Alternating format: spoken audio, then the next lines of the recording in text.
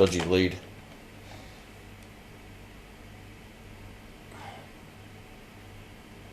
Alright. Let's try this. Alright, howdy folks, I think I'm live. Let me know how the sound is, if you can hear me alright. Sorry about the disruption there. I had the blue screen of death. I just upgraded to Windows 10 on one of my computers and it was a huge mistake.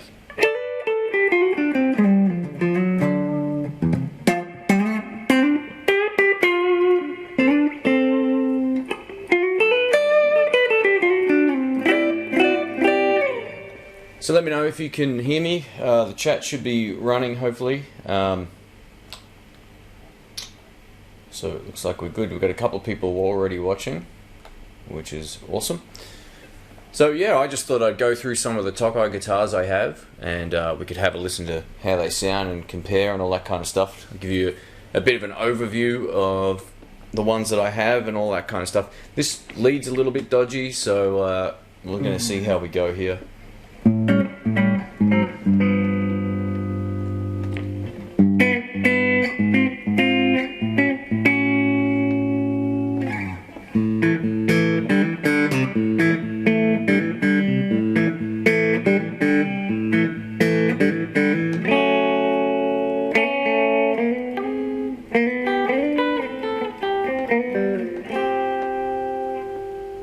Alright, let's double check something real quick.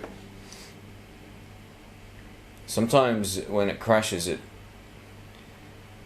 Yeah, okay. I think we're good. Let's just check here. Alright. So we are online. I'm just double checking everything, guys. So the pick I was going to... I'm going to grab a different cable. This one of those days. I'll be right back.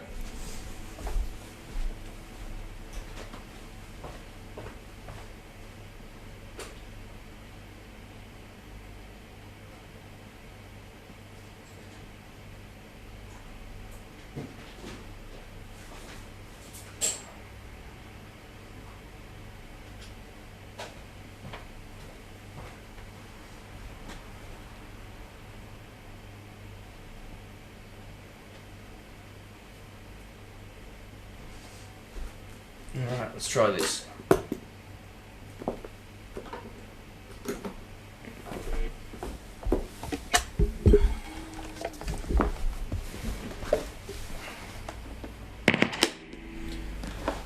Alright, howdy folks, we're back. So I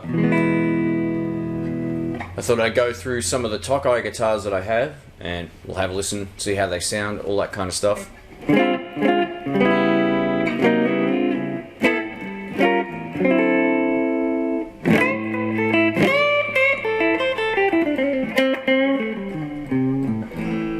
Just plugged into the PV Bandit 112 at the moment. So yeah, I'm on the drive channel, believe it or not. With it set extremely clean.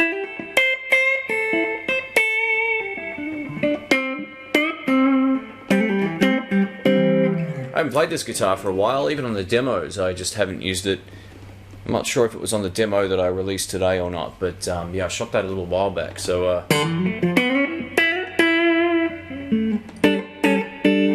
if you're thinking about buying a 335, the first thing you have to do is get on the neck pickup and see how much high end it's got.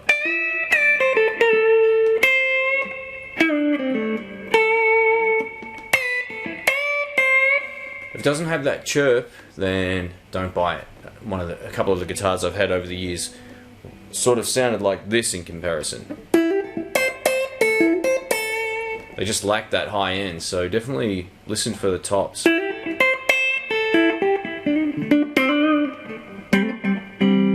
Just to let you know too, I'm monitoring the chat right here, so if anyone has any questions, feel free to ask. It can be off topic as well, I'm open to whatever.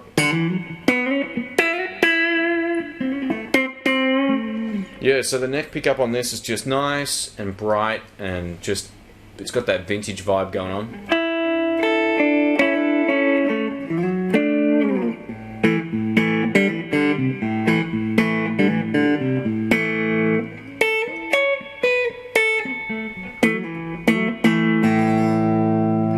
Cool. So that's neck. Let's have a listen to both. So if you're into, I think the title of this video says looping fun, but it shouldn't be there. I changed it before, but it crashed. Let's change that. Alright. So on both pickups, a good trick to use with any humbucker guitar, you have everything up all the way, and then you slightly wind down the neck pickup in volume. My pots go backwards, so don't worry about that. So you get a little bit more tops.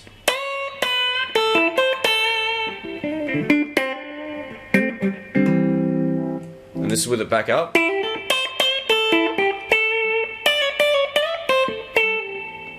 And back down.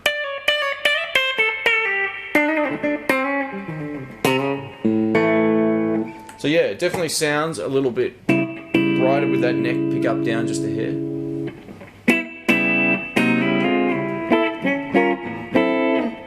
So this particular guitar is made in Japan, and I've had this for ages. It replaced my 2008 Gibson ES335. Just tone-wise and feel-wise, this was just fantastic. The only issue I've had with it was the pick guard came loose from that, but I just super glued it back on and it was good to go. Yeah, so this is the ES145L, and yeah, made in Japan by Tokai. Tokai were the first lawsuit guitars too, so if you Google lawsuit guitars, it should come up.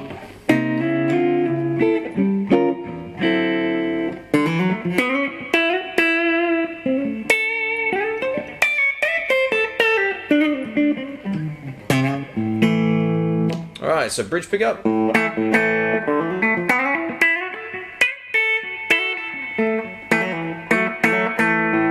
So it's nice and steely, even on the neck. You get that nice round overtone.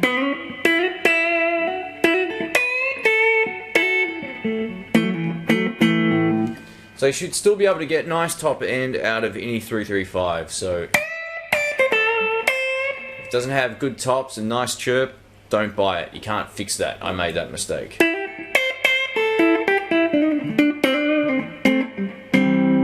So I got a few guitars here right now. All my Tokais are sort of laying around.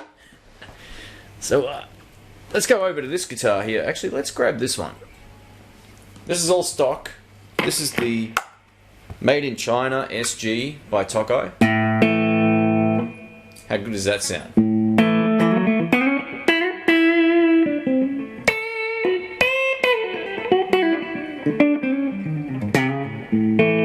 So for those just joining, I'm basically just plugging into the Bandit, and so I'm on the drive channel with the volume down quite a ways right now. Hey Davian, how are you, man? Or Devian? Sorry if I pronounced that wrong, I can't remember exactly which way it was, but thanks for all your help with the other live stream as well. It's all working well on the other channel, which is awesome, so I appreciate that. So that's neck pickup. One thing about these SG guitars, if you've been thinking about buying one and you really like the style of them, doesn't matter what brand, you just got to watch this.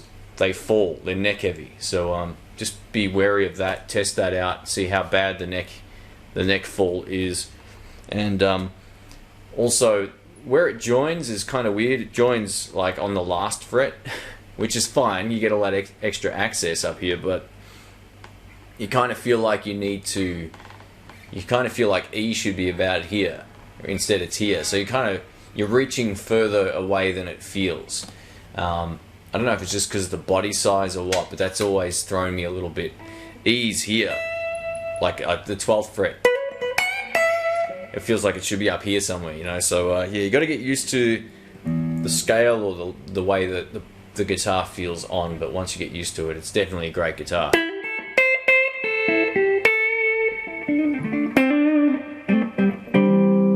Let's try both pickups here.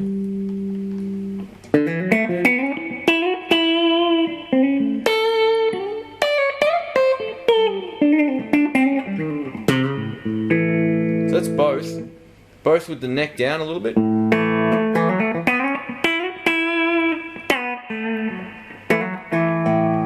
Yeah, that little trick with the neck volume control gives you a little bit more sort of voiciness, voiciness.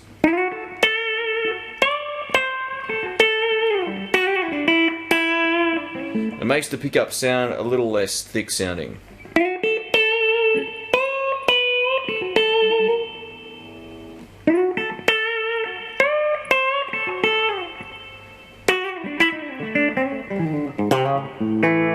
So Rogue asks, "Hey Shane, those Tokai guitars look great or awesome. Have you played many Gibsons? How do they compare?" So this is my opinion. I had an ES335 by Gibson. The Tokai ES335 that I had just before the Made in Japan stuff is way better than the stock Gibson that I had. And this thing is an absolute beast. It sounds better, it's got more tops, but it has a nicer overall sound as well. I've played a lot of Gibsons over the years. I've played an originals, was it 50s or 60s lefty? So an original one, I still preferred this tone-wise and feel, everything. It was great. Some people swear by vintage guitars. For me, this is as good as it gets.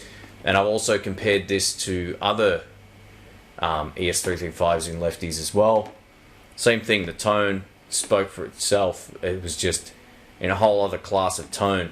I think Gibson tended to use a lot of modern style humbuckers in their 335s rather than the PAF pickups, so you lose a lot of tops and you lose clarity and sort of that voiciness. You get just a thick sound that wasn't very nice in my opinion. So it can be fixed, of course, if you change the pickups out, but yeah, I haven't had any like major drums with this guitar. It sounds really nice, man. So yeah, I can highly recommend the Japanese stuff. It's not, it's way cheaper than Gibson stuff, or the equivalent in Australia. It's about half the price, but it's still more expensive than the Chinese guitars. So, you'd be paying, I paid $1,500 for this. There was second hand but never played. Same with my gold top Gibson that I've got as well. That was second hand, never played. Same guy owned them. Yeah, so if you can get these second hand, you can generally pick them up pretty cheap. If you're buying these new, they'd be around $2.5 grand in Australia. So they're not cheap, but there's equivalent in the Gibson, you're probably looking at close to $4. So the craftsmanship on the Japanese stuff is off the planet. I know it looks pretty dirty. I haven't cleaned this for probably 2 years, but there you go. Check that out. It's really something else. It's got a few marks and scratches on it from use, but yeah, the binding's good. It's that aged sort of binding, and it's great. Now, if we're talking about the SG, for example, which I was just noodling around with before, I wouldn't put this in the same class of guitar as the one I just played. It just isn't. This is more like a really great Epiphone. This particular one would be like the SG 400s, or I think that SG 400s, I think that's what they're called. It doesn't have the push-pull parts or whatever, but it feels and looks pretty much like any of those guitars. So that's, they've got the vintage style Cluson tuners, I think they're called. They're like copies. They're not those exact ones, but it's that style. And yeah, so these are pretty good. Now the stock pickups are good. I did have the Tyson Tone Lab pickups in this guitar for a while, but I've put them into my Les Paul, which I'll pick up in a sec. Nothing wrong with the stock pickups in there either, but the PAFs just have a little bit more tops and maybe clarity.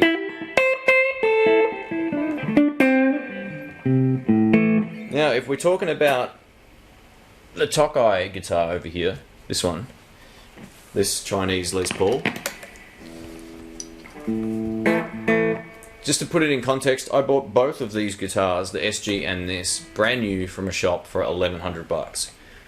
So these aren't by any means expensive instruments, and what I love about them, the Les Pauls in particular, is it feels like a better class of instrument, I guess, than the SG that I was just playing. It actually, the finish is nicer, the details, the you know, the flame top or whatever this is called.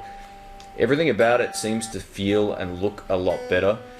It's balanced extremely well. So for, you know, the same price of an Epiphone, I would consider this as nice a guitar as some of the Sheraton guitars that I've played. So if you've ever seen the Epiphone Sheratons, I would consider them, and probably the Casinos, the two best guitars Epiphone make. This would be the equivalent of that, which means I prefer this over some of the Gibson studio guitars that I've owned. I've owned two of them. I much prefer this.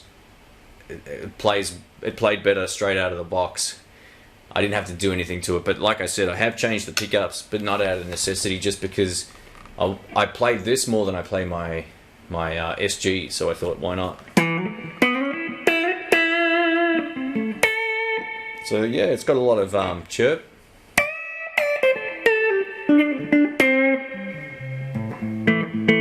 So this model here is a 48L, I think 148L or 48L. I'm pretty sure it's one of those. So let me have a look. I'll grab the exact name of that one. I should have been a little more prepared with that. I didn't think of that actually. These spur of the moment live streams, I just get stuck into them and we see what happens. So, come on.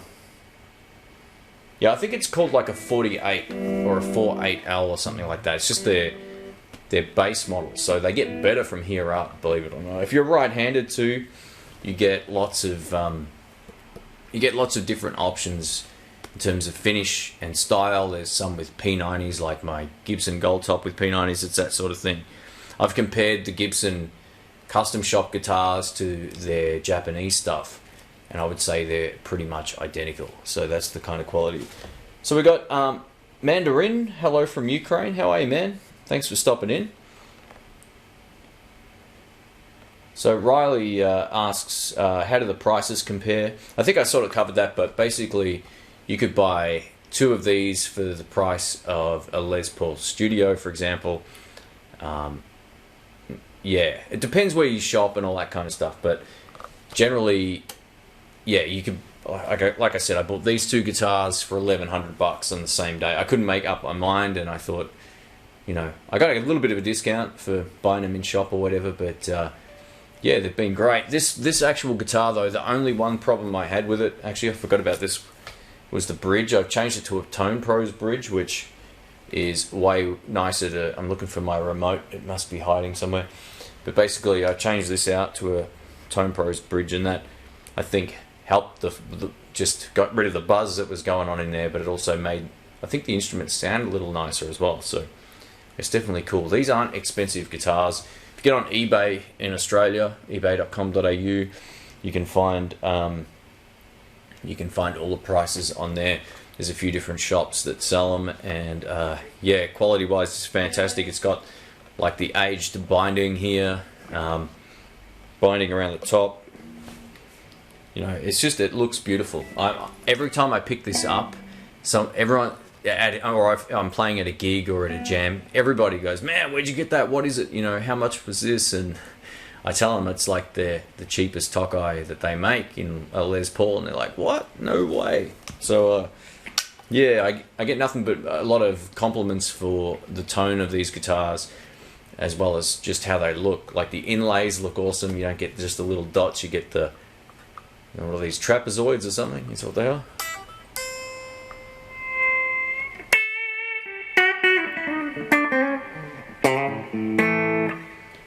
So Riley says, do you think it's better to buy an Epiphone or Tokai? It just depends on where you live, man. If you're in Australia, then check out the Tokai stuff. If you're in the States, I know Tokai stuff can be hard to find. But this is the thing, if you can find a second-hand Japanese Tokai guitar for the same price as an Epiphone, 100% buy the Tokai guitar. It's generally going to be a much better instrument. And the resale isn't great on Tokai, but if you know what you're looking for and you find a beautiful Japanese guitar, then do it. If you're buying them new, look, I think I've had two Epiphone Les Pauls over the years. This is my favorite. I've had two Tokais as well, actually, and This is probably the nicest one out of all of them. I did like my black Les Paul from Tokai though, from Epiphone. It was pretty good. So they're pretty comparable. I just think the finish on this and the way that it looks is more preferable to me too.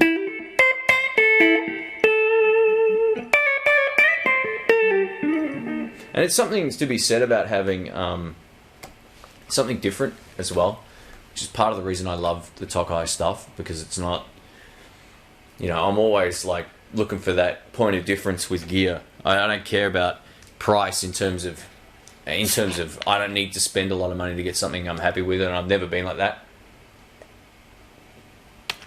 So for me to find a guitar that I can play at gigs and trust and really love, this has been awesome, you know. So alright, so how does the quality of the Chinese model compare to the Japanese? Alright, so this is the Chinese guitar, the Chinese Tokai. The quality build on this, I would give an 8 out of 10. And the only reason I'd knock off points for it was because the bridge that came with it buzzed. I ordered this one, put it on. It's as good as it's going to get. I could play this up against any Les Paul of any make or model and it would feel and sound great. So one small addition made this guitar much better.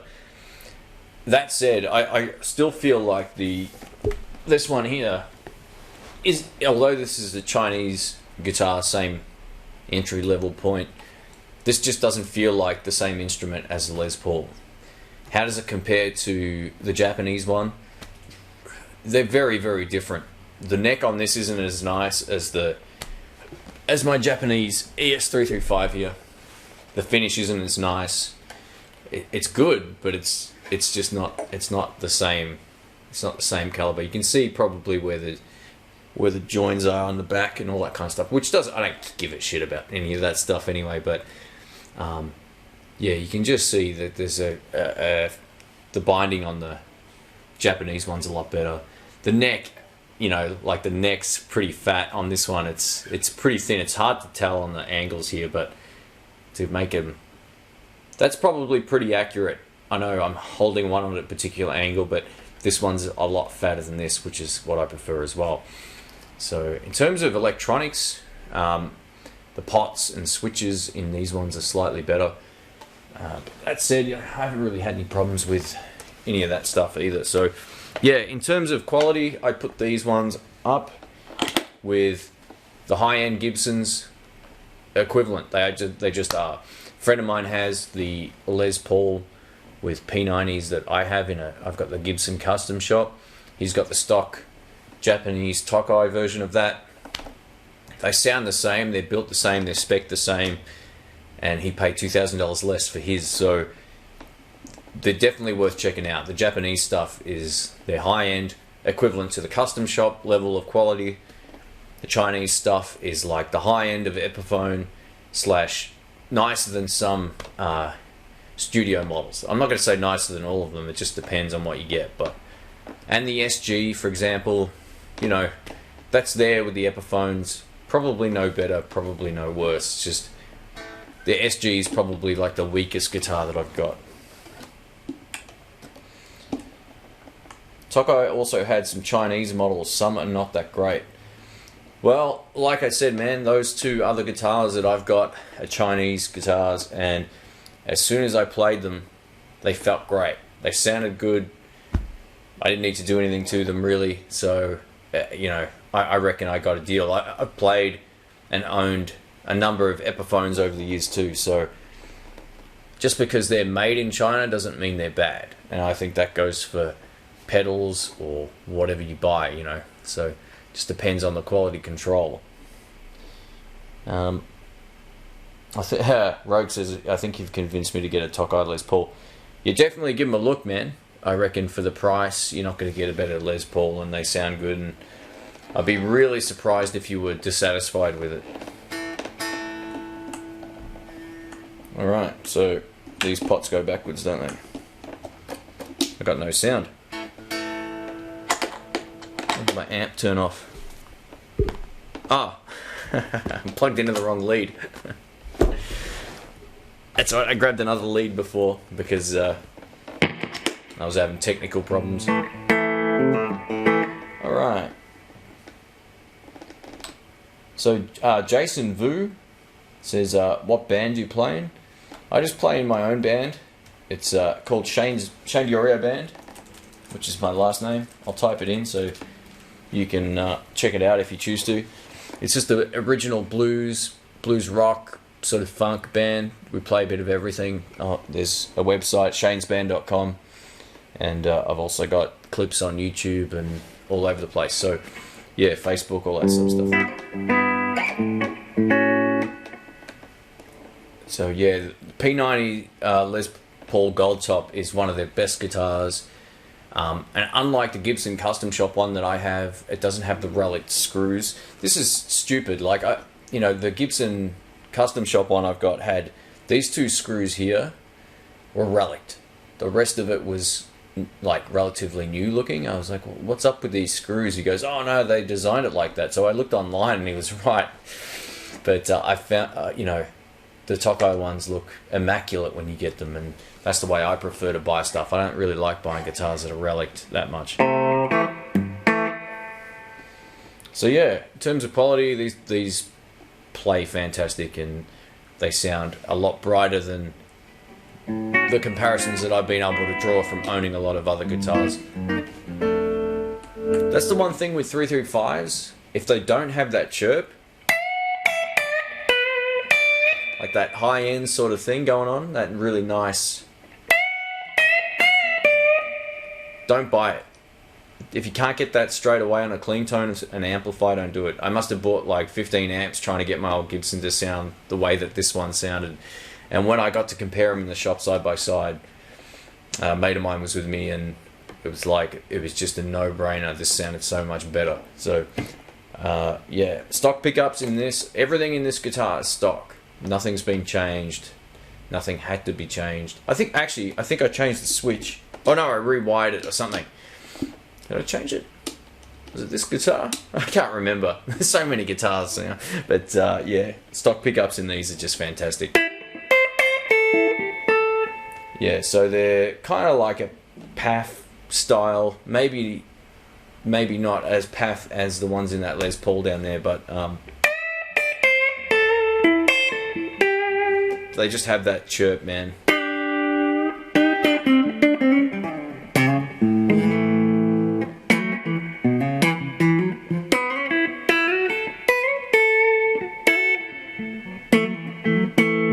Might grab the Les Paul back up.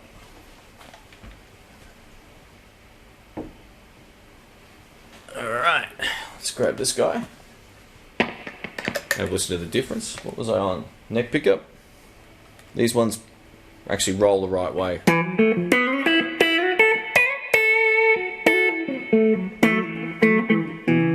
So these have the Tyson Tone Lab pickups in here.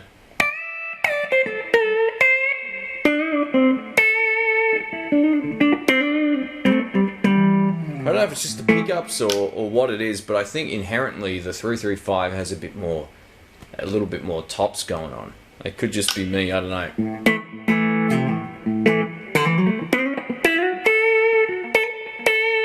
It's still got enough, but yeah, it's just not quite as chirpy as the 335.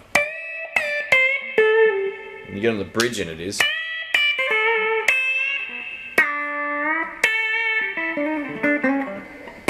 I have a video of me changing the switch. I couldn't remember if it was my 335, like my Gibson or this. I couldn't remember what year I did that video. So yeah, I was trying to rack my brain. I was like, which video was it? Yeah, so I did change the switch. I must have had an issue with it.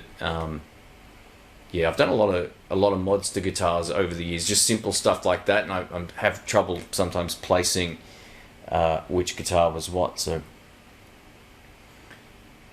yeah, you can definitely hear a difference in the tops.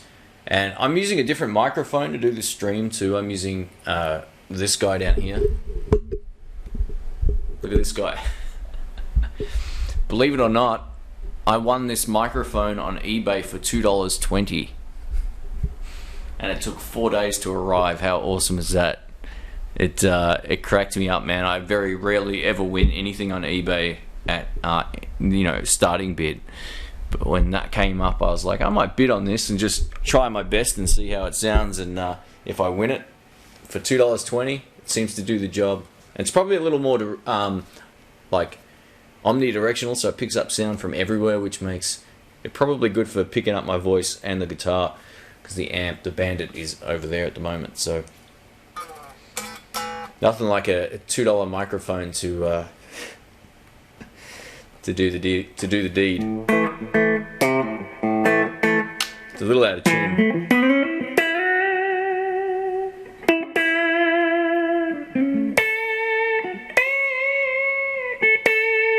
Yeah, so it's a lovely sounding guitar, I gotta say. I'll grab the SG back out so you can hear a little bit of that as well. I only have the 3 guitars. Well, not only, but I'm, I guess, lucky enough to have 3 Tokais. But so these are stock pickups, and they sound great.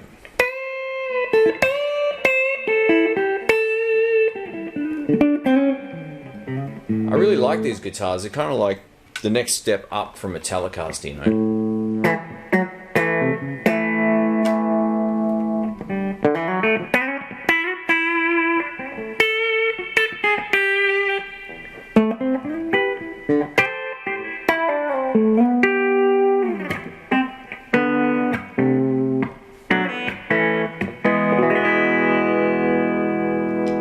And we're playing through a Bandit at extremely low volume as well. But yeah, in terms of guitars, man, these are definitely worth checking out. I know.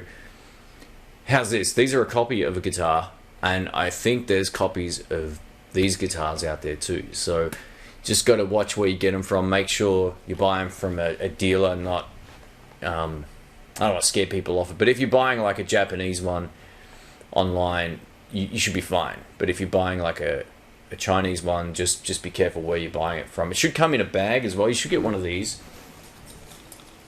If you don't get a gig bag with the Chinese ones, then they're not legit. And you get a proper Tokai hard case with, or a shaped hard case with something like this, and the finish of the case has a lot of like design on it, like floral, or you know, it has a really cool design. So yeah, just be careful. If you're buying it, make sure you see a photo of the bag it's coming in if you are buying it from a dealer. I've heard some stories about copies being out there. It's crazy, man. Alright, so have I played Tokai Fender copies like their Tallys or Strats? I haven't actually. I've seen them, but never a lefty. So I've been limited to humbucker guitars only, which is still, you know, that's just the way it is. A friend of mine actually, he's right-handed, and he's got a few of these, so maybe we should see if we can get him down one day, and we'll do a stream with him, and we can look at a couple of the others, and we can compare the gold tops and all that kind of stuff together as well. Yeah, paisley. It's like a paisley finish on the case, except it's all brown, and it's, you know, plush interior, and it comes with a certificate, all that kind of stuff. So you're buying a Japanese one, you get all the certificates. I think from memory there was some stuff with the Chinese ones too, like they might have come with a booklet or something like that. So you know, just check and make sure you're buying a legit one. Serial numbers for the back are up the top in gold here. They're hard to see with the light, but and on the Japanese ones, they're actually printed under the varnish here. It says made in Japan. So yeah, you can definitely, and also in the F holes you can also read that it says made in Japan as well. So the short answer is I haven't played any of the Strat or Tele ones yet, but I'd love to. If I ever came across one that blew my mind, it would be a no-brainer. You know, I think I shared this story a few years ago, but I actually bought a Chinese copy of an ES335. Now, this was from a company that were dealing online. They were called like musoland.cn or something like that. I can't remember the exact company name. Anyway, I must have waited a month for this guitar to turn up, and or maybe longer. Maybe it was 2 months. I can't remember, but I was stressing. I forked over like $400. I think it was $400 or $500 Australian, and that's when our dollar was pretty strong. Anyway, it finally turned up. It was wrapped beautifully. I'm like, yes, this is going to be awesome. So I unwrap it, and I open the case, and it stunk. Like they didn't even let the the varnish cure properly. So it was horrible. Like, I couldn't keep it inside. It was the stinkiest guitar I've ever smelt. Not in a good way. It was like wet paint kind of smell, you know, like it was terrible. So anyway, I plugged it in, and I went to play. I tuned it up first, got it in tune, and I was like, man, this is really light, you know, like I couldn't work it out. I'm like, this is cool. And it looked okay. Like I was gonna say, like, if you were to see the guitar, you'd go, oh, this is actually pretty nice. Like, you wouldn't probably, the untrained eye might not know that it's a fake or a copy or a chipset. And this was before, I think I was, or around the same time YouTube was getting going. It was somewhere around 2006 or 5 or somewhere around there I got this. And I plugged it in, I turned it up, I hit an E chord, and it went like this. And that's all it did. That's all it did. So I plugged it in, I got one chord out of it, and it stopped working. So I took it up to my local tech at the time, and he pulls no punches, let's just say that. He looked at it and went, mate, why'd you buy that? I said, I don't know, I thought I'd take a chance on one. I go, like, I played one chord and it stopped working. Do you want to have a look at it and see if you can get it going? Because I was a little, like, the company weren't going to back the guitar. I couldn't ship it back, right? So I was sort of like, oh, hopefully these guys can fix it or do whatever they need to. And he goes, nah, you got two options, either sell it or use it as firewood. And he had a look at it, he picked it up, and he goes, he's looking in the F-holes. I go, what? He goes, there's no block down the center. So on the 335s, there's supposed to be a block on the most part down the middle, which is a piece of wood, basically supports it here, and also helps nullify feedback and all that kind of stuff. So this guitar didn't even have a block, and it was supposed to be a 335. So I emailed the company and I said, look, if you're going to make these, you got to put a block down the center. They had no idea what I was talking about. They just didn't get it at all. So I basically put it on eBay as a no-name Les Paul, as a no-name 335 as not working, and I sold it for $100, and I took a $400 and something loss. I made sure people knew. I said, look, this doesn't work. I don't know if it's fixable. It's a project guitar, whatever, you know. And I got that the hell out of my house. And about a year later, maybe, so it might have been around 2007 actually, because I got my first Gibson in 2008. But I ended up, I think in between that time, I bought another Epiphone Dot 335, which they're fantastic guitars. If you ever see the ones that say Gibson here and they're Epiphone, like Gibson on this bit here, and they're an Epiphone, definitely check them out. They had big necks and great tone, and some of the best tones I ever had was with that guitar and my Yorkville Traynor at the time. That was a killer combination. So I can highly recommend, you know, those sort of Epis as well. There's some that just play great. So yeah. So it was a bit of a horror story, that, and yeah, I've never thought about owning or buying another Gibson. If I'm going to buy a copy, I get a Tokai, because I know their quality's great, they sound good, they look cool. I get a gig bag. When the guitar turns up, if I have it ordered, for example, or if I pick it up, I know the varnish isn't going to be still smelling really, really toxic. So, yeah, I can definitely recommend the Tokai guitars just as an alternative to some of these other brands.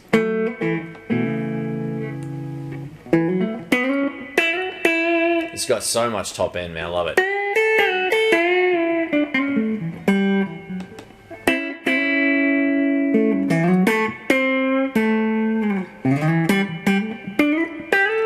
Alright, so Rogue says, I wouldn't really trust Gibsons yet.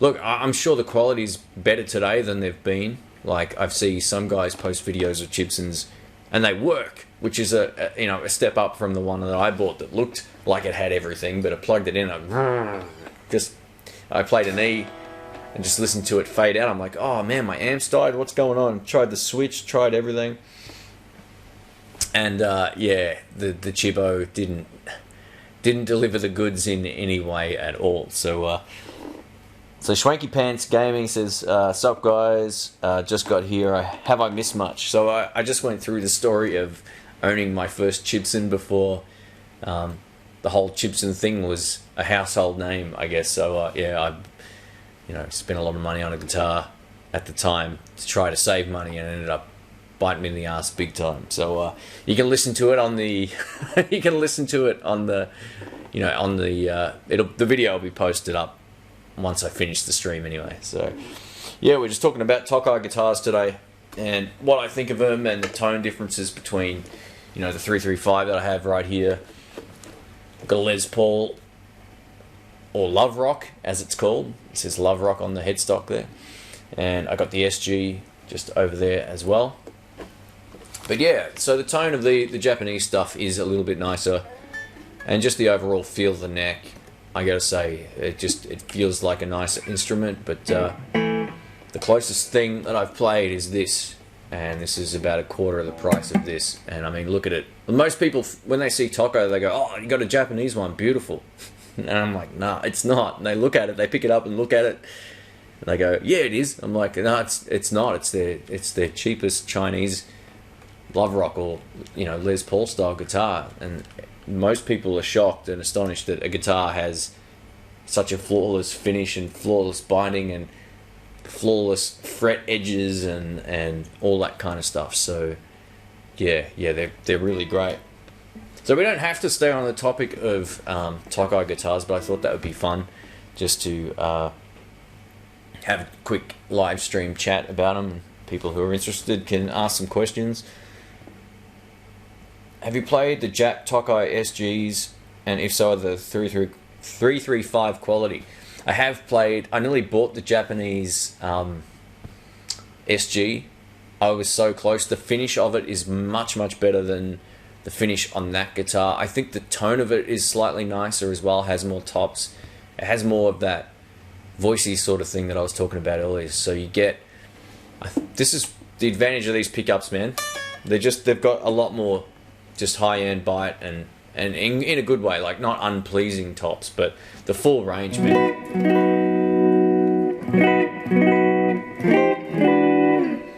I remember when I was playing it, it was a little out of my price range, but I remember when I was playing it, I was like, this sounds as good and feels as good as this. But I was sort of at a point where I wanted a guitar mostly to do pickup demos. And then I found out that the Chinese ones were pretty good, so I thought, okay, I'll try them out. And I ended up buying both of the Les Paul and the SG for $500 or $600 less than I could have got the Jap SG for. So for me, I was like, you know what? I'm just going to go this route, and down the line, if I decide I want another one, I can easily get one because there's still a production model as well. So, all right. So JV says, please play the SG. All right. I've got the amp relatively clean because every time I use dirt, everyone wants to hear how they sound clean. So the amp is on the overdrive channel on the Bandit, but I'm basically just using the gains on 1, so it's right down.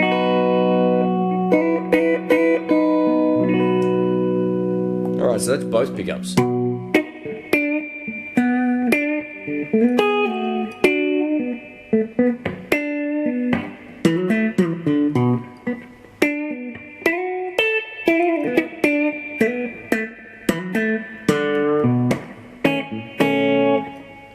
Nick?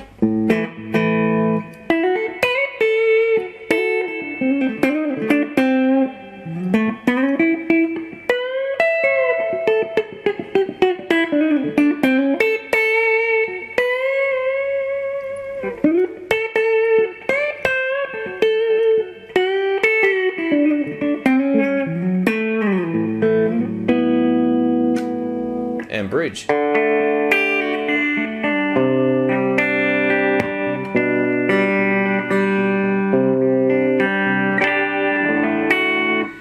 So in terms of tone with these pickups, I would put these pickups about 5 to 10% behind a set of vintage hand-wired PAFs, or recreated PAFs, like new but old school sort of designs. So In terms of the brightness, you can get a lot out of it. Let me turn up the gain here. We'll get a little bit more dirt.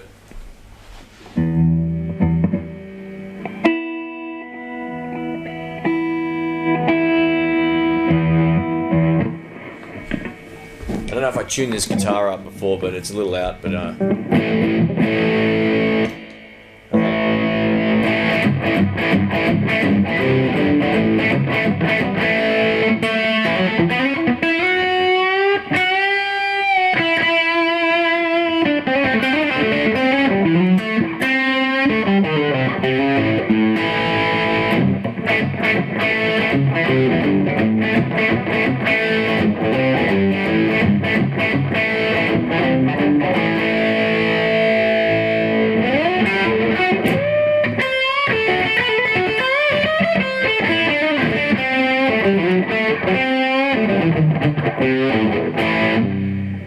it's a bit out of tune. Sorry, guys. I got my heater blaring at me right here. My face is going red from it as well.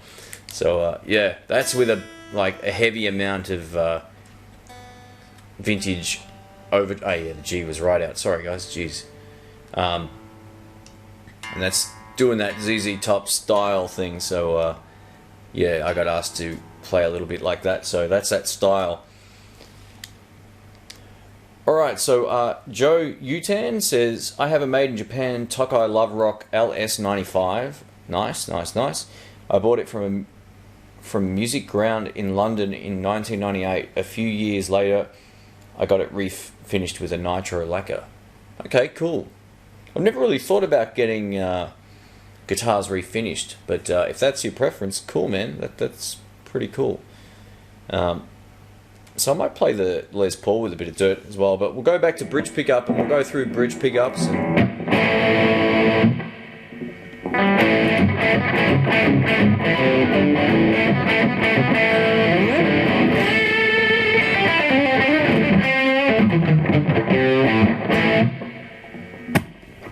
alright, let's go back to Les Paul.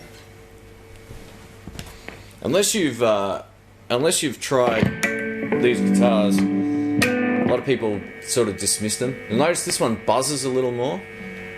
It's because of the PAF pickups. They're not quite hum-free like more modern humbuckers. Oh, that was horrible.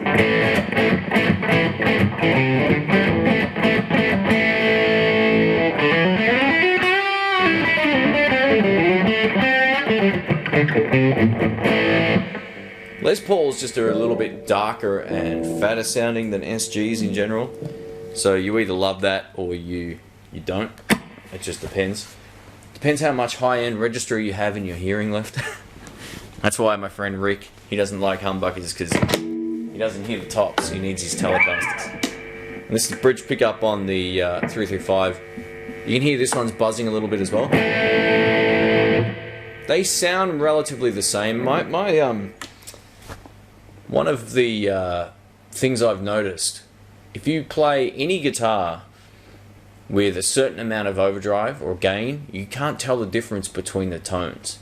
Trust me, like this is gonna. If we did a blind test right now, you couldn't pick which one was which. I bet you. So bridge pickup.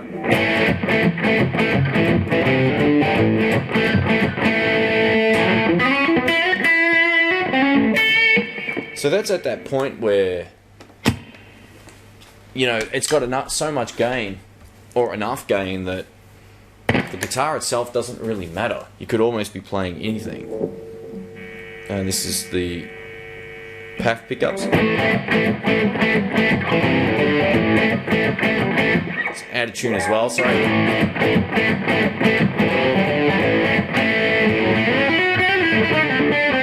So unless you're playing cleaner, it almost doesn't matter. That's the conclusions that I've sort of drawn over the years is, if you're playing cleaner, you can definitely hear more of the tonality of the guitars.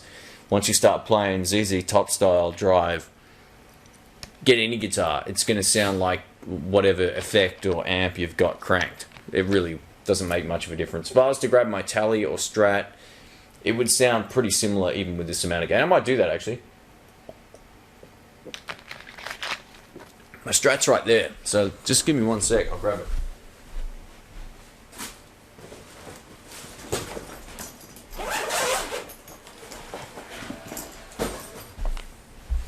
Alright, so this is the odd man out in the video right now, the Strat. I'm still loving it. I gotta say, I went from 0 to 100 in terms of Strat love. I was not loving Strats for a while there, and I have to say now I'm totally back on board. So bridge pickup.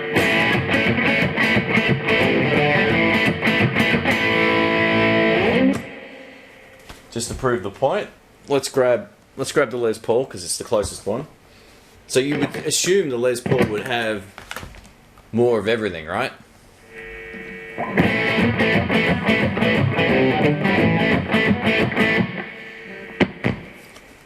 I'm not sure how much of a difference I'm hearing. There might be a little bit, but probably not enough through YouTube.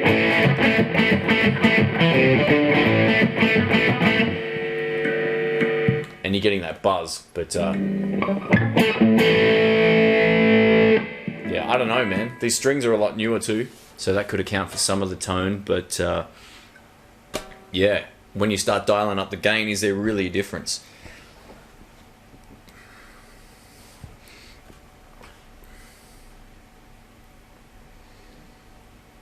Davian says, it's okay, Shane, we forgive you. It's crazy cold in Melbourne. I think that was in relation to my messy chops. Thanks, man. Yeah, had the heater on most of today as well. Schwenky Pants Gaming says, looking over my Tempo Japson, I can't find any numbers anywhere. I'd like to know how many were made. Tempo guitars, huh? Sounds interesting. I might have to look that up. There's a whole lot of really great Japanese guitars out there. So, what sort of guitar is it? Because sometimes they might, you know, if it's a guitar like this, you might be able to find a serial, you know, on the neck under the where it joins, for example. Or if it's a Les Paul, it might be sort of under one of the pickups or something like that. So sometimes I used to do stuff like that. I mean, I'm no expert on the matter either, so it's just one of those things. So Sal X says, hi, how you doing, man? Thanks for dropping in. Appreciate that. We just wanted to see the difference between some of the Tokai guitars, for those just joining, that I own, and their tones and all that kind of stuff, and then comparing high gain to a Strat and seeing if you could hear any difference. So let me know if you think you could actually hear a difference between the Strat at high gain minus the buzz, of course, and the Les Paul. I don't know how much I could hear in the room. Might be a good blind test video, that, actually. I might have to do that.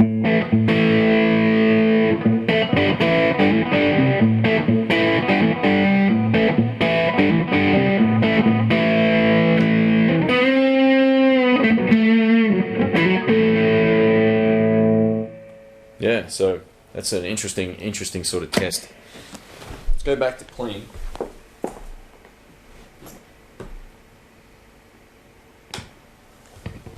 I think clean's where it's at when you're testing out guitars. You know, if you want to hear the voicing of the guitar, never play it super dirty. Just play it clean and see how it sounds.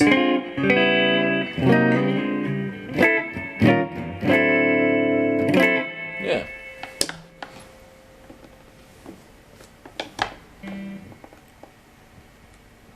Oh, Shane.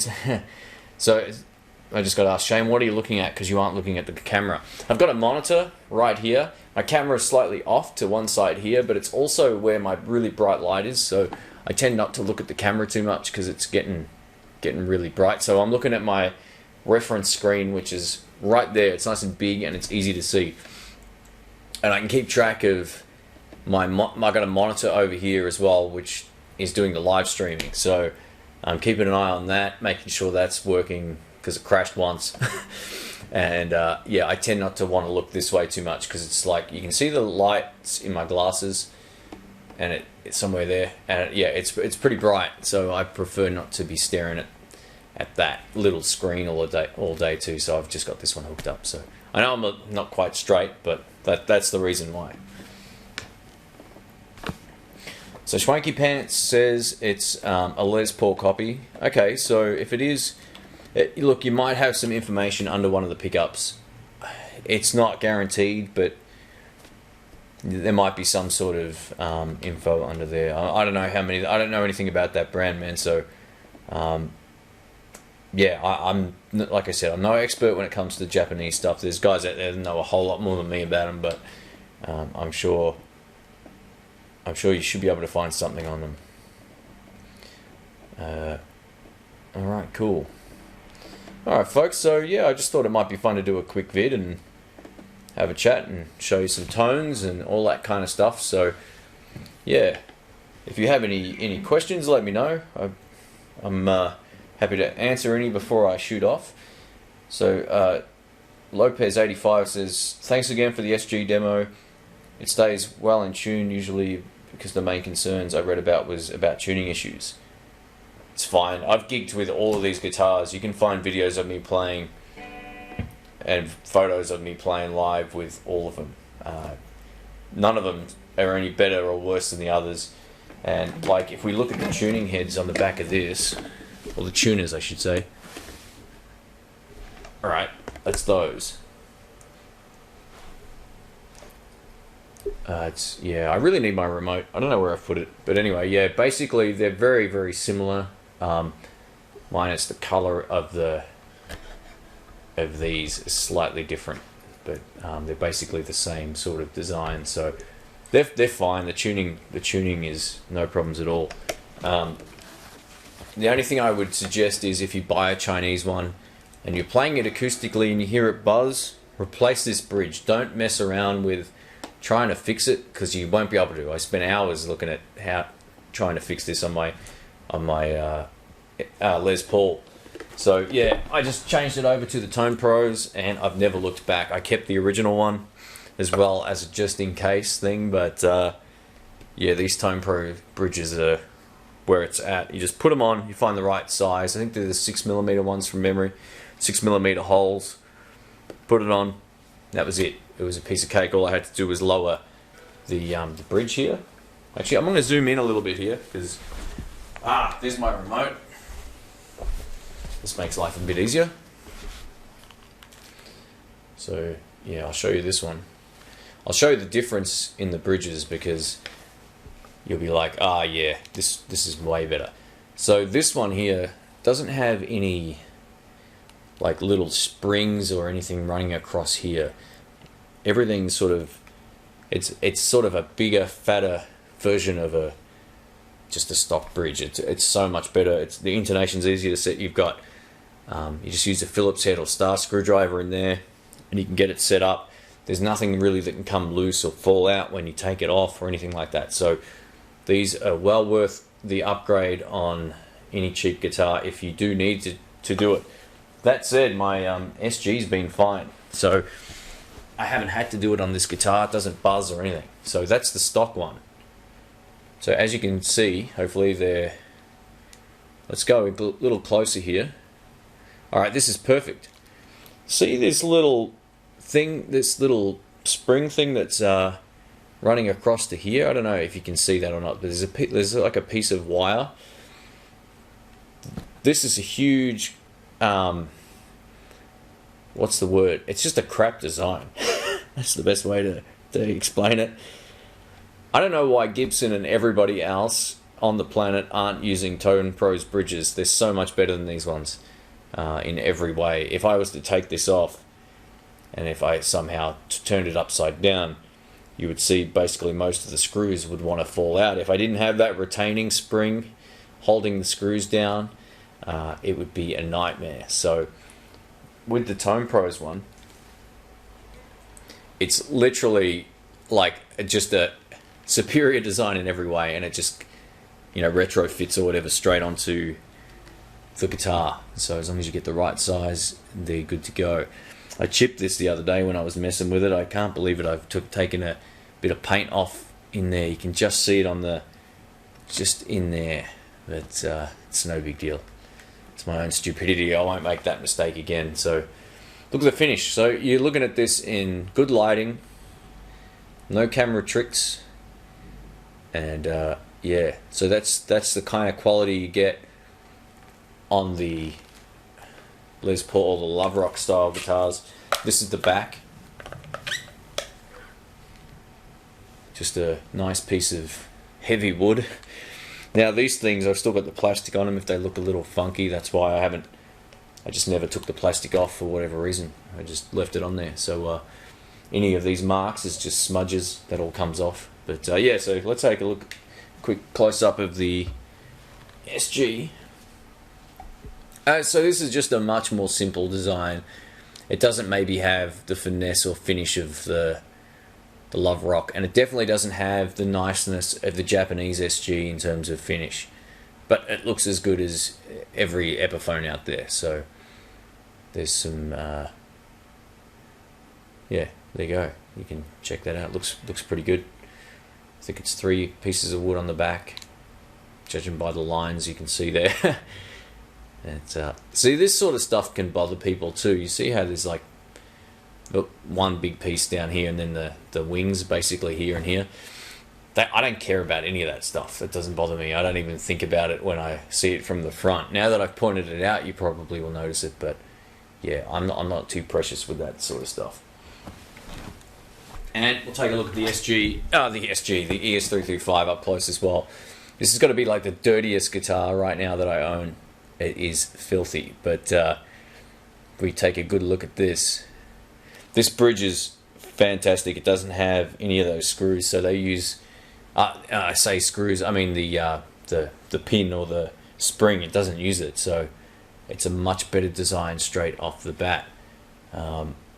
Yeah, this is the switch that I replaced. It was a nightmare. Actually, yeah, it was this guitar. Getting that in there, I changed that switch. This was second-hand. It was never really played. And I think just having it in the case for years, the guy just never used the switch, and it might have corroded slightly or something. So I ended up working out how to replace it just by taking some photos and swapping it over. So yeah, the finish on this is fantastic. The back looks beautiful. Let's move my strap. And the camera's going to have a hard time focusing because of how reflective it is. But it's funny how many comments this guitar still gets on videos when I use it on a demo. Everyone's like, man, that guitar looks beautiful. Like, what is it?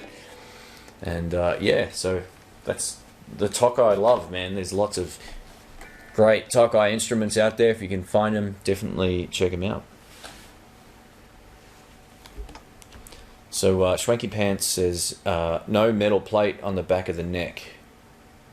No metal plate. No, I'm not on any of them.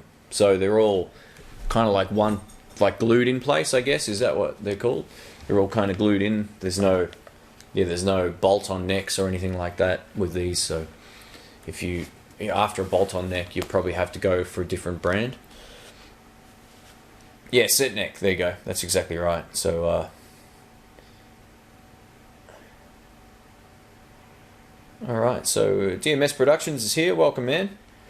He says he has a Tokai VB48 bass. Awesome. Their basses are great as well. They make copies of lots of different styles, from Rickenbacker to Fender basses to Music Man basses, I think, as well. If you type in Tokai guitars, there's a .com.au one that comes up, and it's got pretty much the entire range on there. I don't work for that shop, and I don't even know if they sell directly out of it, but it gives you an idea of what they sell.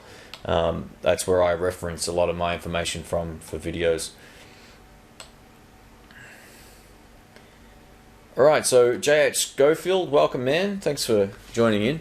He says, ever own or play a PRS SE, Shane? Not a lefty, unfortunately. I know two guys. One guy still has one and another guy had one. The guy who had one wished he had have kept it. And the other guy who has one hasn't really bonded with it, but it's a great guitar in the right hands. It would sing. I think they're probably one of the best cheaper guitars out there. So I get asked, what guitar should I buy? Should I buy this or should I buy that? And instead I sometimes say, check out the PRS SE stuff. It's around the same price and built extremely well, and they sound good and they look cool too. So yeah, I think only good things for the SE guitars. Look, if I ever found a lefty, I'd have to consider whether or not to buy one or not. I'm not actively looking for one. But another great guitar that's inexpensive is the Cort guitars. They make a sort of like a PRS style humbucker guitar, which also has split coils and all that kind of stuff.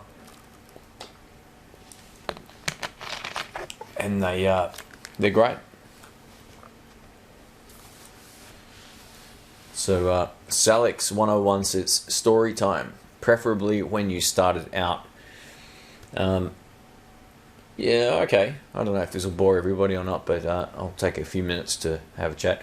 So basically, I hurt my back surfing so bad I couldn't walk. I was literally, I had spent 2 years not being able to get up and down stairs properly.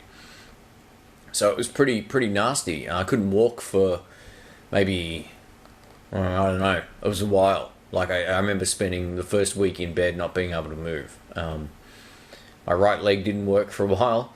It was pretty bad. So, you know, although I'm short, I was pretty athletic. I did weights. I played a lot of basketball like every day.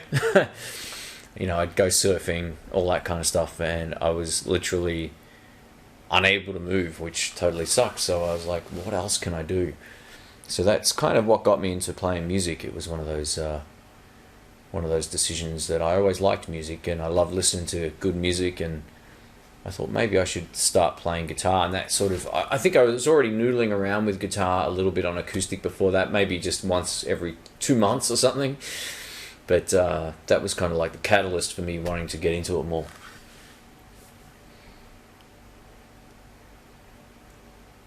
Alright, so J.H. Schofield says, I have the baby blue Tim Mahoney SE model. That thing is inspirational. Cool, man. I'll have to check that out. And Hazen says, got a SE Ace signature, a limited skunk. How do you say that name? An ANSI signature. Costs around £1,100. Wow. Wow, you got it for $550. That's awesome. So almost, but yeah, it was half price. Fantastic, man. Yeah, those SE guitars are good. I've never really Googled any lefties, so I see plenty of right-handed ones out there. They're always around. I know you see them at second-hand shops, and there's a few stores that just stock them, and they're really quite good. But look, for me, I don't think I'll ever buy a Paul Reed Smith guitar. They're just not really my style, but I like the SEs one. The SEs. If I was to get one, I'd get like maybe a Santana PRS SE, and I'd be done. I like the simplistic sort of finish. I don't like all the bling on their guitars. They're a little bit loud, a little bit hair sort of 80s for me, if you know what I mean. Like just a little too loud for someone who likes simple guitars. So the SE models are great. So D just asked, what did your Tokai guitars cost? I covered this in detail before, but I'll give you a rough, quick synopsis of that. So I got this, and I got my SG, which is over here. I was undecided. This one was going to be like $450, and this one was going to be like $650 or something like that. No, that was the reduced price in the end. I got both for $1,100, so I bought both of them in the same day. I was so close to just buying a Japanese SG, which was amazing, and I still might get one down the line, but I wanted a guitar I could change the pickups in and have a play around with. And buying a guitar like the Japanese SG, I wouldn't touch any of that stuff. It would just be another guitar in my arsenal. I may get it at some point. It's still playing on my mind a little bit, but yeah, so these are, you know, well under around $400 to $600, maybe a little more if you buy them without bargaining for the price. But if you go to a store and pick them up in person, you can get them pretty cheap. So yeah, or secondhand. Secondhand they sell for next to nothing. My friend Alex has some expenses I think coming up, and he's selling off a few of his, you know, and you have to take a loss. So it's just one of those things. In terms of the Japanese one, they retail for about $2,500 here in Australia. I got it for $1,500. It was technically secondhand, never played. So I might plug back into this one. I like this guitar. This is my favorite out of the SG and this. Like, this is my go-to over the SG. I think the tone of the SG is good, but the feel of this is just, and the look of it, everything about this guitar is nice.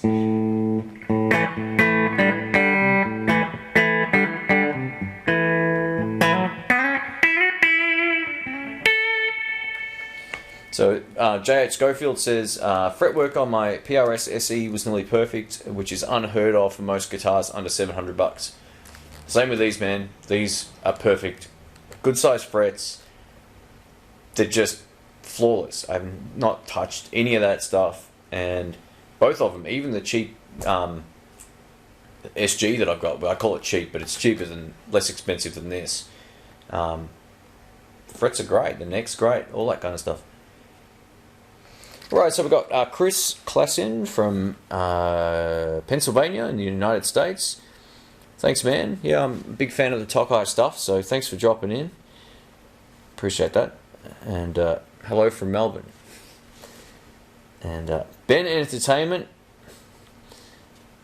Man, thanks. I want to thank both of these guys, Ben and Devian, for helping me set up my live stream on my new channel the other day.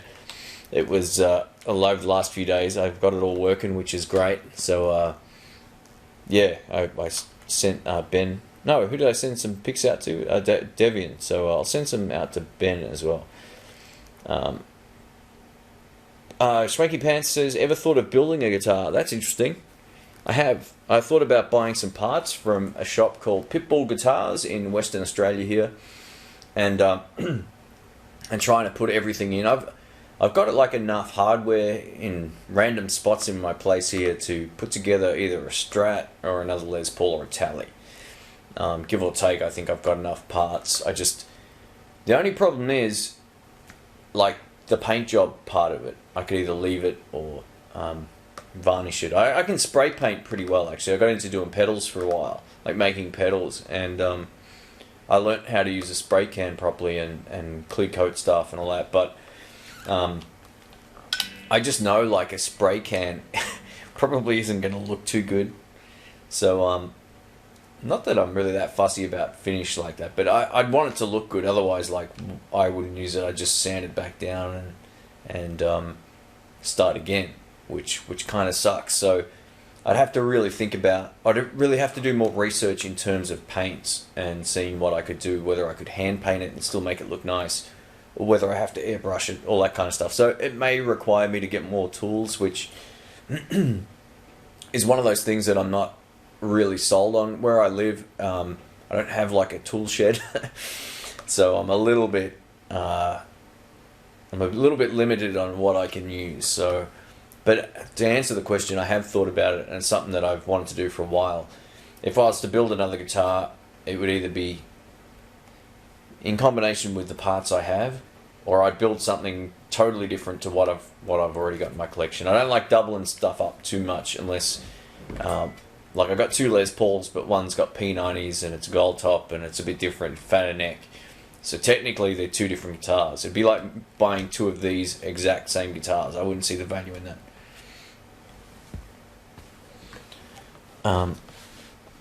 I'm loving the pics, by the way, especially the chicken pic. Oh, they already turned up. That's fantastic, man. So I'm glad the pics arrived. Geez, that was quick. I posted them out yesterday, I think. Was it yesterday?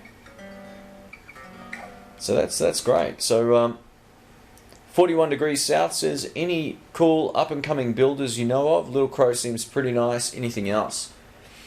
Not really. I've been approached by a couple of guitar companies over the last couple of months, but negotiations, and I say like negotiations as in our email correspondence usually stops because they think I live in the States, because shipping to Australia sucks. And I don't mean negotiations as in how much I charge for these videos. I mean, I'm just like, I'd do it for free if it was a nice guitar, obviously. And I've done free videos up until about a week ago. I've started charging a few dollars for my time, but even like this was months ago, before I even considered even doing any of that. And basically, yeah, the short answer is no. I haven't really come into contact with any unique sort of companies like Little Crow. Coming up pretty soon, though, I'm going to have that Little Crow guitar back. You've probably noticed I haven't played the brown Little Crow much lately. I'll spoil the secret. So it's a 2 pickup guitar. It has a mini humbucker here and a Telecaster bridge pickup here. I had a Telecaster neck pickup put in the middle, which was good, but it wasn't amazing. Like, there was something about it that wasn't quite right. And my friend Brian suggested, why don't you rip that out and put another mini humbucker in? I was like, that's a great idea. So it needed a little bit of work. I had to get the switch sorted out and stuff. So Dave and Viv said, send it back and we'll take a look. And I sort of said, is there any chance I could buy like another mini humbucker and we can put that in instead of that middle pickup? So I'm waiting to see how that goes. So it's going to have two pickups, neck and middle mini humbuckers, and a Tele bridge pickup. But what I'm thinking is I might change out that Tele bridge pickup and put a Barden in there. Then I'd be done. So it'd be like a noiseless Little Crow, which would be a great thing to have. So either a Barden. Yeah, I don't know if I'd want to risk some of those GFS noiseless pickups. They've basically got copies of Bardens on their website for $50. Sometimes, things that are that cheap are too good to be true. So yeah, I guess I don't really deal with too many guitar companies. I was supposed to get a guitar from, I think it's called Red House Guitars. They're based in Melbourne, but he didn't have any lefties. So then I'd have to get either Rick or Brian over and we'd have to do a demo, and it'd be a favour that, I have to sort of bug them for their time. So that's when it gets complicated. I'd rather just get sent a lefty so I don't have to rely on other people to help. I mean, I love having those guys on the channel, but they're busy guys too, so I don't always want to, hassle them. Man, sorry guys, my throat's just getting a bit scratchy here. I'm going to just grab a quick sip out of my little bottle. Yeah, I've got a bad habit, I know.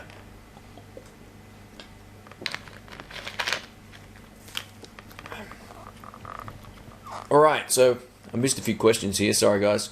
D says, what's your opinion on relicking? Look, if you like it, do it. If you're going to relic a guitar that you already own, like if I was to relic this, not a chance. I'm not into doing that. I wouldn't do it to my guitars. Just no way. If you buy one that's relicked and you really like the feel and the look and all that kind of stuff, just do it. For me, it's not my thing. I like kind of wearing guitars out. And, some people say, you'll never wear through the finish on a Les Paul or this or that. If you look at my Tele, my 52 Tele, it's got black spots on it, it's got cracks and nicks and marks. It's all because of use, and I think that tells its own story in a way rather than sort of cheating. But I get it. People like, leather jackets that have been sort of relicked in the same way. We have that worn look. So I get why people like it, and they do feel really nice. I've played a couple of relicked necks and they feel amazing. So yeah, Nash Guitars make some really great relic Strat and Tele copies, and yeah, they're really, really nice. But my Les Paul with P90s is relicked on these 2 screws, as I mentioned earlier, and I was just like, why? Like, you didn't relic anything else. Why relic the screws? I didn't kind of understand that. It might have been these 2 and these 2 screws. So I would have just preferred to buy it like, shiny. But that's just me, and everyone's different. So I don't believe in paying a lot more money for relicking. I just think it's an unnecessary expenditure, and it's not going to make the guitar sound better. But if it makes it feel better for you, and it feels better in your hand, and you like the look of it, then there's nothing wrong with that as well.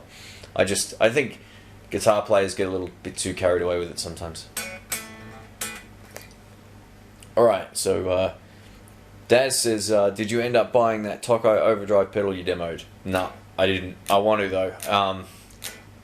The guy from the shop sent me a message saying I've still got it if you want it, and I was like, yeah. Basically, I still might buy it. I really, really like it. It's like a tube screamer, but it was awesome. So I start working Monday. I go back to work on Monday, so I got 5 more weeks of that coming up. and I'll actually be on decent cash for a change, which is good. So I'll probably buy a few little bits and pieces, but I'm not going to go nuts. I want to get a practice amp for this room. I want to buy a Vox. Are they called Pathfinder 15R? I either want to get that. I tried the Yamaha amps, the THD 10s or whatever they're called, or TY, whatever they're called, and they're good, but just more complicated than I need. I think a little Vox Pathfinder 15 with reverb would be probably perfect. So I'll probably get a little practice amp. I might buy that pedal. I got so many pedals though, I almost like can't justify buying it, but because it's Tokai and it's cool, I may actually do that. So I'll keep you posted. Oh, here we go. So Tony is here. He says, "Hi Tony, Tony from Red House Guitars here. Love the channel, mate. Had to take a break from building guitars due to other commitments and hope to pick it up again fairly soon. I'm in Brighton. Brighton, are you close? Yeah, I'm in Parkdale, man. So I'm right around the corner. I'm probably like 10 kilometers away from you. So yeah, there's no pressure either, man. I just was.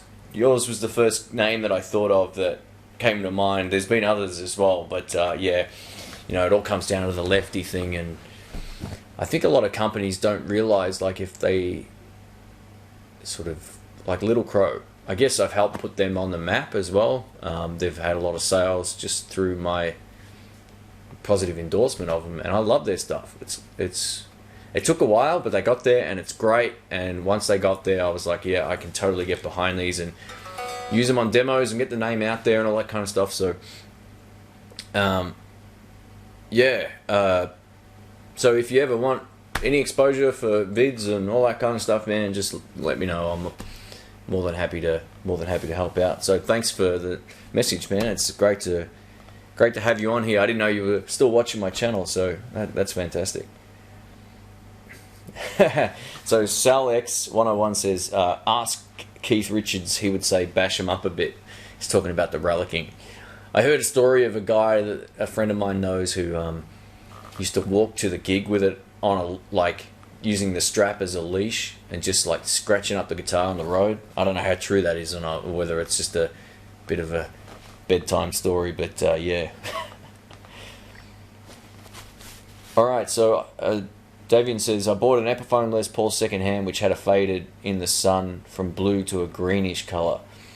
Love the look of the guitar so much. Awesome, man. Sounds good. D says, what will you work at on Monday? I'm doing another IT contract. I'm going back to where I left over 2 years ago now. I left at my day job, which was working for a business consultancy.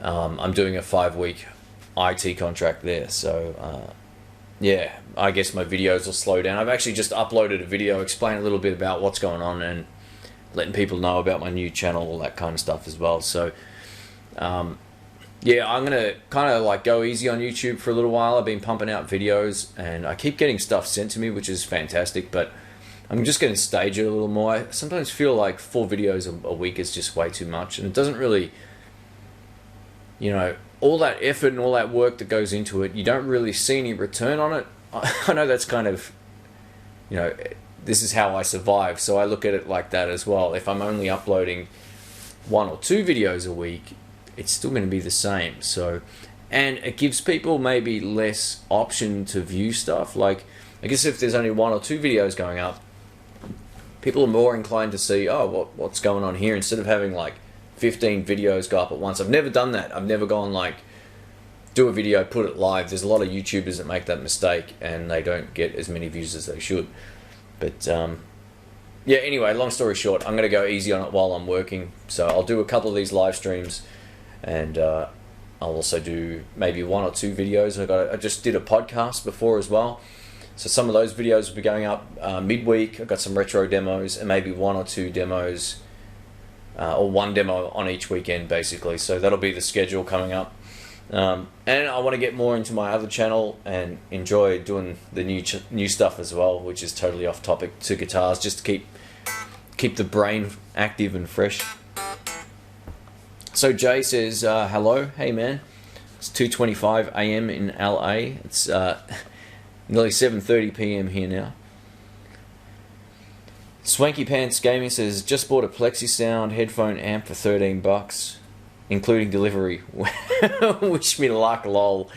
Good luck, man. I'm sure that'll be alright. They're not bad. Some people hate those headphone amps, but I don't mind them. I've got the Vox AC31. I like it. 7 p.m. in Adelaide, which is one of Australia's lesser known cities. It's actually pretty nice. Alright, so Jay at Schofield says, Shane, do you use a wah-wah pedal when gigging?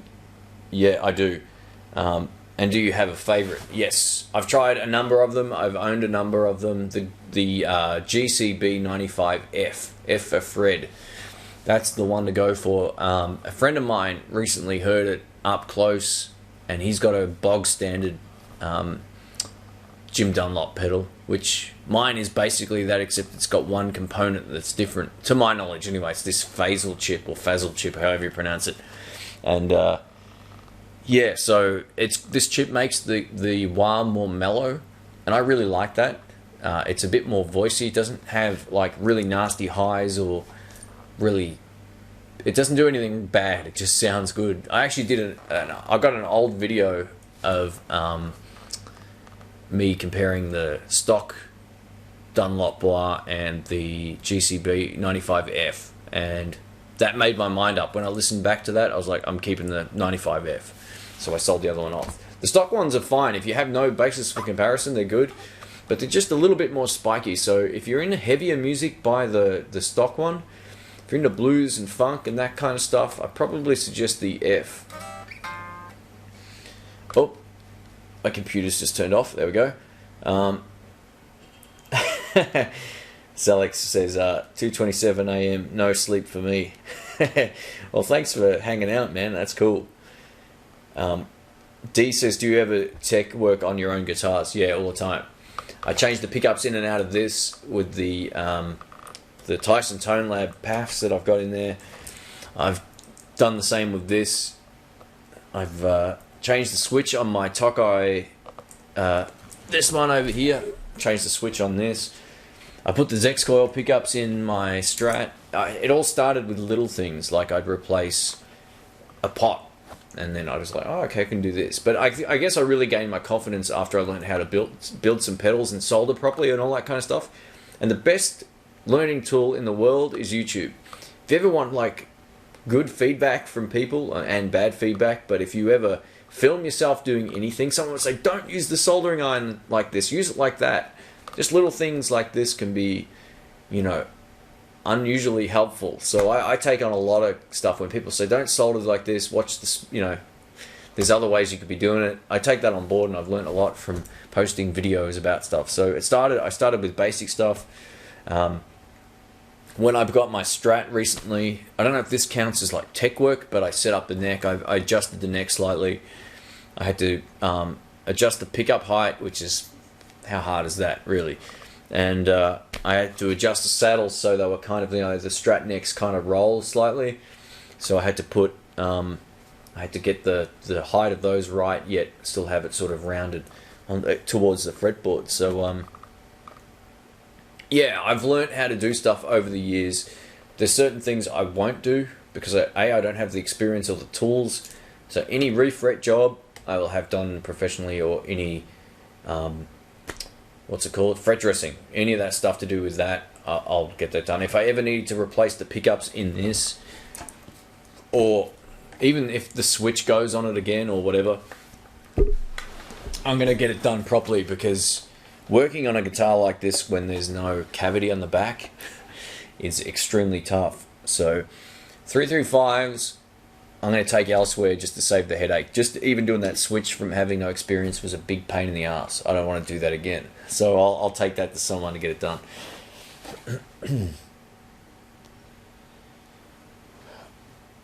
Alright, so Mars says, do you have a T-type Tokai?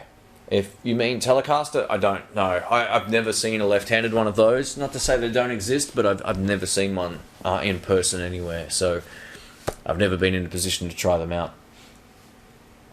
I know guys that have tried the right-handed Tellies and Strats, and they say they sound great. So, so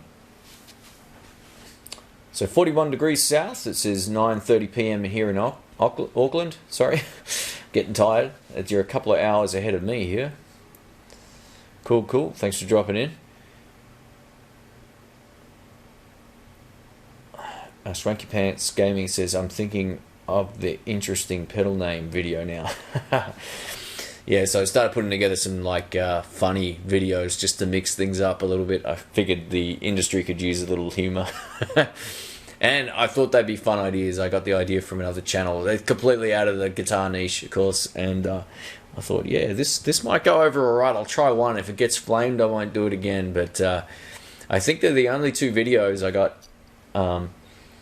weird and wacky guitar names. Weird and wacky guitars and weird pedal names. They got 100% thumbs up so far, and the retention is so close to 100%, which is unheard of, which means nearly everyone that's watched those videos watches it till the end. It's a pretty hard thing to have happen on YouTube. A lot of videos, you lose interest within 2 minutes. That's why a lot of guys, they'll do 15-20 minute pedal demos. No one's going to watch a 20-minute pedal demo. They just don't generally. So the people's attention span is pretty short these days. Also, Chris says the Mini Crybaby with the Fazzle and 3-way selector switch inside is nice. Fits nicely on a small pedal board. That would be great, man. I've really got to check these small wahs out at some point. Yeah, that would be a great thing to have.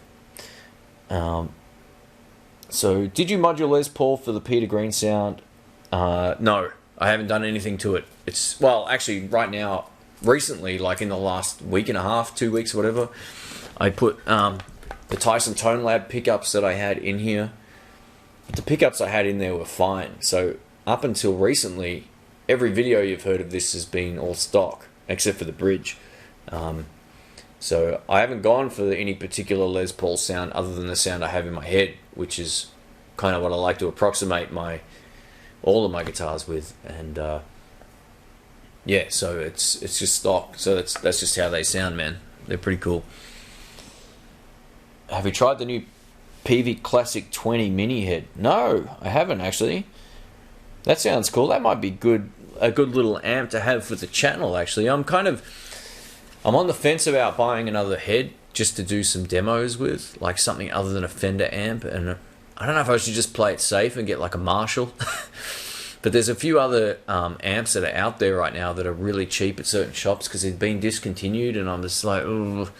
There's a Hayden 30 amp which does the Marshall-ish kind of thing on the UK sound, but it's got a bit more gain, and it's got the US sort of setting on there as well. So, and it's all valve or tube or whatever. So I was thinking about that, and they're really cheap at the moment. So maybe the PV Classic head might be the way to go. And with that head, I wouldn't have the problem with the reverb that I had on my, whatever it was called, the Blues. What are they called? The Delta Blues?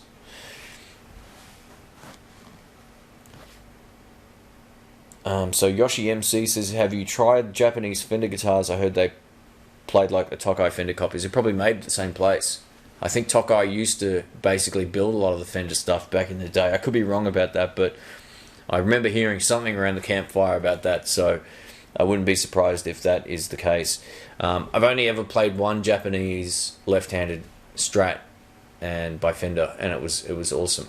I wasn't at a point where I wanted to spend any more money. At that time, I just bought an amp or something, but I remember playing through it, and I just went, this is actually really, really good. Hey, can I ask, guys, how's the sound? How's the voice clarity in that? Is it okay?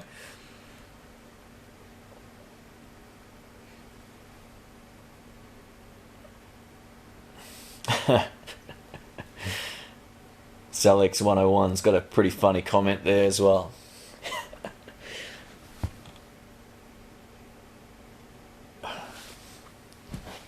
Alright. Peter Green is one of my favourite Les Paul players. He happened to have a Les Paul with one pickup reversed polarity. Oh, okay, cool. People call it the Peter Green Les Paul sound as out of phase. Okay, cool, man. So for those who are just joining, I gotta tell you this again. I got this on eBay. This microphone, believe it or not, $200. Oh no, $2.20. I won it starting bid.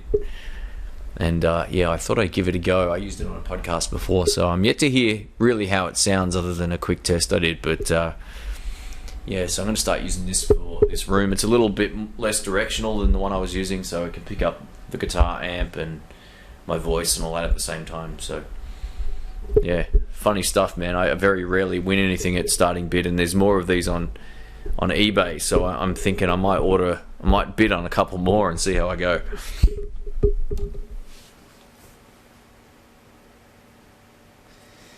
No, I'm definitely using a different mic. Usually I use the Rode NTG1, which is somewhere. I put it here. I've been using this. These are like really directional shotgun mics, which are great. You think the sound comes in from here, but it doesn't. It's just here. And yeah, these are used usually as overheads or pointing for recording at certain things. So yeah, these are great mics. I mean, whole different type of quality and different use, but for $2.20, I thought it was worth the gamble. The shipping was 3 or 4 more times expensive than the actual mic, so I think I paid like $12 all up, something like that. I got it in 4 days. I'm going to put up a video about this mic at some point. I may play up the fact that it's gold and looks really special, but hang on a second, why is it only $2? So yeah, it's I have a feeling it's one of those mics that works irrespective of which way you hold it. So as I turn, I have a feeling you should still be able to hear my voice just as well on both angles, which is good and bad. It's not great, but for this sort of application, when my amp's over here and I'm talking in front of it, whatever, I'm sure that'll be fine. So I might do a $2.20 mic giveaway or something coming up if I get some more. So D says, have you tried any Chapman guitars? I haven't, no. I know a shop in locally here, where is it? What's the name of the suburb? Camberwell Music have them, and I don't know, man. They look cool, but it's not really my thing. Hey, like, I think you have to be visually attracted to guitars to want to go play them. I think they look nice, but they're not. It's not. I'm right into classic designs. It's probably pretty clear. I got like a bog standard SG red. I got a cherry red 335. I got a sort of flame, sort of whatever it is. Les Paul. I got a gold top, a white Strat. I don't have any pointy guitars, and I don't have anything too obscure or anything too blingy. And yeah, no, I'm sure they're good guitars. I just don't have the inclination to go out and buy one, but I might try. If I get a chance to try one, I'll definitely give it a go. I'm open to giving it a shot. I'm pretty sure it's not a guitar I'd go out and buy, just based on the visual aspect of it. And guitar players kind of like to hear their favorite players sometimes using a certain type of guitar to approximate a certain type of sound. I don't really know anyone that uses Chapman guitars that I really look up to either, so I haven't had that experience, whereas I've had that experience with many other types of guitars over the years, but not the Chapman guitars yet. But if Brian or Rick ever bought one and they were shredding on it, then I might go, oh, okay, maybe there's something to these. Have I ever played a 7-string? No. I have more than enough trouble with 6. I should probably maybe cut it down to 5. Might be a bit easier. I have played a baritone guitar before. Is that what they're called? They're like an octave lower. Sounded fantastic, man. Such a great guitar. Wow, I've been going an hour and 44 minutes. That's crazy. So has the stream been pretty reliable, like visually and whatever else? I know you said the sound was good, but I just want to make sure it hasn't been glitching out too much in terms of the video. Hey, Mark's Naughty Guitars is here. Welcome, man. Thanks for stopping by. I noticed your a video about the Blues Cube got a few views so far about him. About I think it was Blues Cubes are overpriced or too expensive or something like that. It's a good clickbait, video, and yeah, they are expensive. There's no doubt about that. Oh, speaking of those amps, I really like the Blues Cubes, right? I didn't really. I'm not saying they're better than the Bandit or whatever. I love the Bandit, but I'm just saying I really like them, and I got a chance to watch a video on YouTube recently where what's the guy's name? The guy Tom Quayle. He's an English mother of a guitar player. He's amazing. He's on one of the Wampler dual fusion pedals. You know, it's his signature pedal. He was playing the Blues Cube stock, and then with that Eric Johnson $400, chip you put in the back. And I kid you not, every position sounded so much better without that stupid thing in the back. So save yourself some money. Don't buy that Eric Johnson mod unless you got a hard on for his sound. I just think it was just like turning the tone control off. So I thought that was worth pointing out. The thing I like about the Blues Cubes is they're really loud and really light, and you can get a good sound out of them. Like I said to Rick a little while back, I got to get my back looked at. I got to get some scans, and I said if it's bad and I'm forced to downsize, I might end up doing that or getting like a Music Man RD130, which is like a 212 amp. You think how light can that be? But they're really really light. They're Class D. They're super light, so they sound good and they're nice and loud. So, all right. So the stream's been really smooth. Thanks for that, man. I appreciate that. Yeah, Blues Cube ripoff. Yeah, that's the one. Yeah. So yeah, definitely check out Mark's channel. He's got some good content. He always rolls a cigarette before he gets going. Yeah, they're good amps, man. I think a lot of the guys that only like the Valve stuff will always only like the Valve stuff, but yeah, man, how can you go wrong? I love the power attenuator thing, which is another reason they're great. I could play them on like 1 watt mode at home and not piss anybody off if I needed to late at night, or I could just turn them up to 60 or 80 watts, whatever the maximum is for the artist, and just blow the walls off the joint.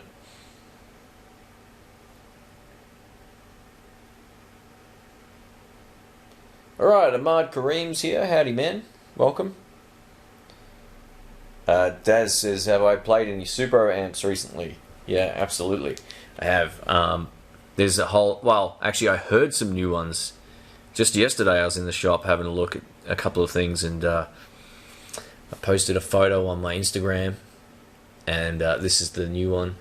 One of the new ones they've got. It's got the white stripe on there.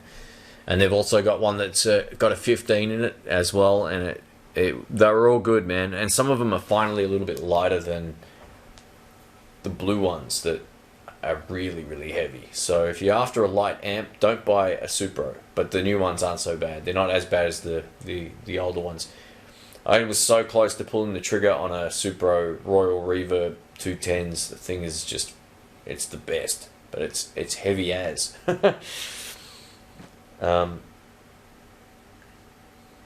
D says, if you could jam with anyone, who would it be, dead or alive?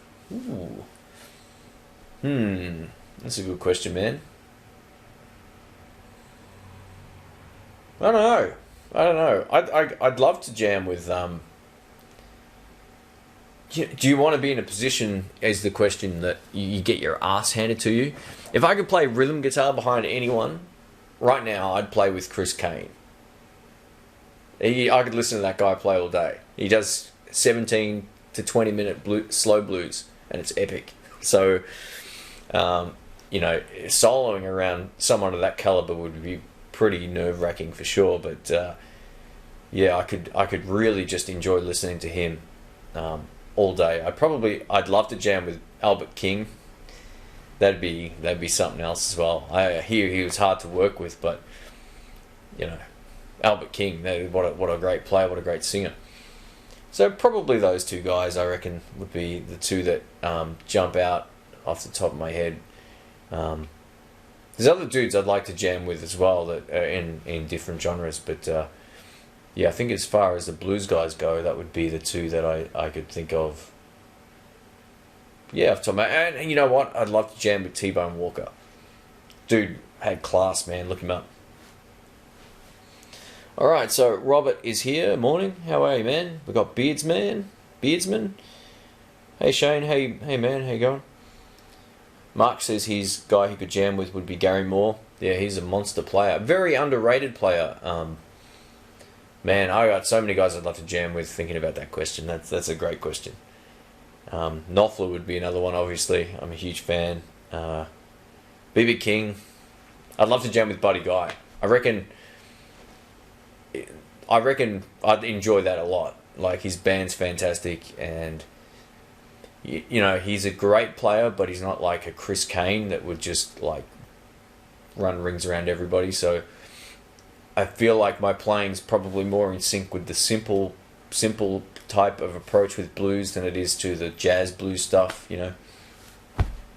So yeah, there's you name it, man. There's so many great players.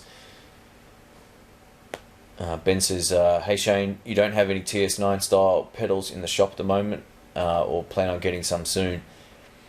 I know, yeah, I'm a little understocked at the moment. I had some dental stuff I had to get sorted out, which totally sucked. So I've been holding off buying stuff, but I have an opportunity to get some pedals from a company that I think will go over okay, and they stock some. But look, if you're after something pretty soon, just go ahead and do it. I don't know if I'll be placing the order for probably another week or two. But check out the Clone Centaur pedals. I've got them back in stock, and there's a box of them over there, and they kick ass. So definitely check those out. So Mard Cream says Hendrix, Albert King, BB King, and Clapton. Yeah, that'd all be on my list, man. If I got to jam with Clapton from the 90s, that would be awesome. He was my hero when he was doing that stuff. Well, I got into the 90s Clapton later than the 90s, but that was I love that period of his playing. It's fantastic. Jamming with Joe Satriani. Yeah. Can't say I really know much of his stuff. I know a lot of people love him, but yeah, I don't really know much about him, other than he wears sunglasses all the time. Indoors, be like Bonamassa. I think he's kind of blind, but anyway. You know what? He's a band I'd love to jam with, the Blues Brothers Band. As it was in the movie, and they toured as well and cut some live albums. If I could jam with that band, that would be great, man. In terms of just what a sound, that would be a great band to jam with. And Mark Green brings up a good point. He says, I wouldn't care how lost I'd get with any of those guys. You'd get a lifetime of experience. Yeah, absolutely. Yeah, I think I've still got a few of those Kalen pedals left, Ben. So I got quite a number of those. But yeah, those Clone Centaur ones I think I got about 7 left. So I got actually 6. Another one sold earlier, so a mate of mine bought one. They're definitely cool. So Damien says Blues Brothers would be so much fun. Yeah, I reckon that'd be just a great band. Imagine jamming for 20 minutes on Sweet Home Chicago. I don't really like that song anymore. Like, everybody does it, but I love the Blues Brothers version. You know, that's so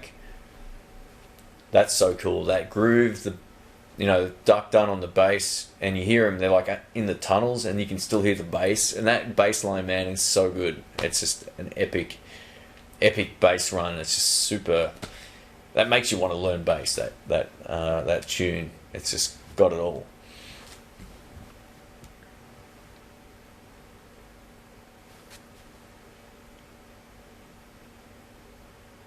Alright, Robert says, ever tried Rocksmith 2014 for learning in genres? I think that's supposed to say.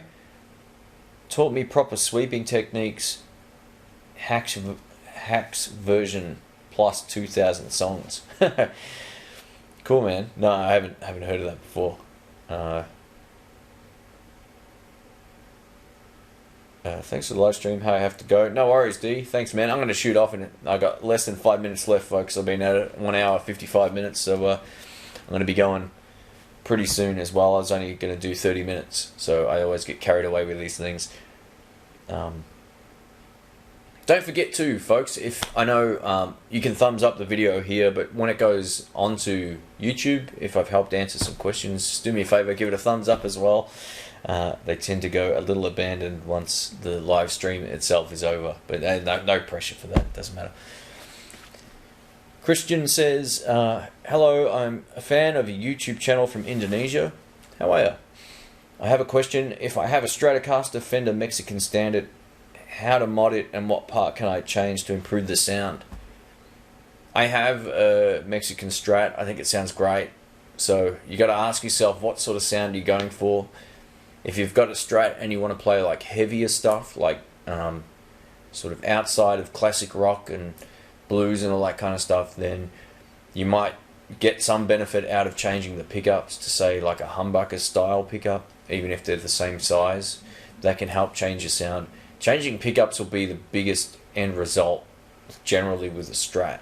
And also I think changing the bridge could have some advantages as well, or the block. I've noticed with my new Mexican Strat, it's a whole lot brighter and livelier, and I think this generation of Mexican Strats, they changed the block. This is hearsay. I'm going off what I was told by somebody, so it may be a little bit... maybe some of the information is not 100% valid, but this is what I've heard. So you only change parts on a guitar when you're not happy with it. So you got to ask yourself, what am I trying to get? And then you just got to go through the research of finding which pickups work for that particular sound. If you have a certain style of player that you're trying to emulate, for example, find out what they use and see. I mean, most of these guys have fantastic hands.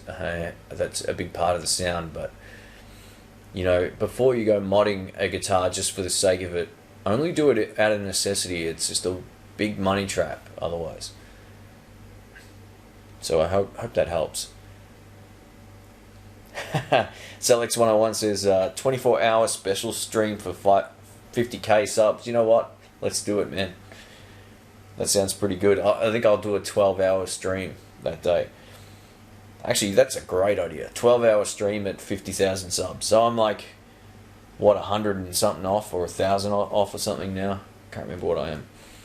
Let's check the stats. I think I'm like 48,397. So when it gets to 50k, 12 hours of streaming, man. I may just do an open Google Hangout as well, and we'll have some conversations going. Bigger, Chris says, bigger bridge block definitely has better sustain. Well, there you go. I heard the block was bigger on the new Mexican Strats as well. Okay, so that's definitely that definitely seems to have some validity then. So whatever they're doing with these new Strats, I've never had one that sounded like it before. It jumps out of the guitar. It really sounds great.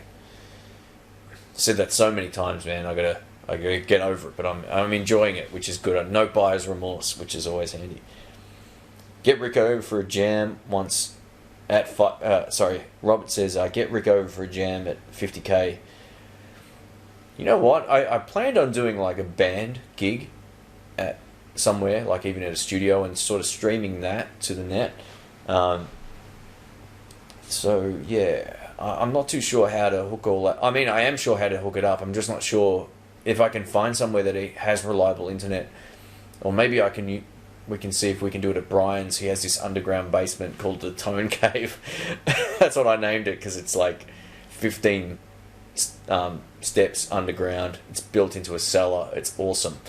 So maybe we can do a live stream down there or something. So and Davian says, fits a Mr. Do into the 12-hour stream. Done. For those who don't know what Mr. Do is, Google or YouTube Shane Retro Gamer. It's my new channel. I'm doing some retro game videos as well at the moment, so it's been good fun. Ben says, man, I wish Fender would do an affordable guitar with a huge neck on it. for poor uni students like myself. Yeah, it's the cheapest one I can think of is probably like the Baja Telecaster, which is kind of based on a 52 Tele, which is Mexican made. I can't think of any others off the top of my head that have a big neck. Yeah, I know your pain, man. I can very rarely ever find, any lefties with a decent sized neck. It's in terms of Fender gear, it's just non-existent.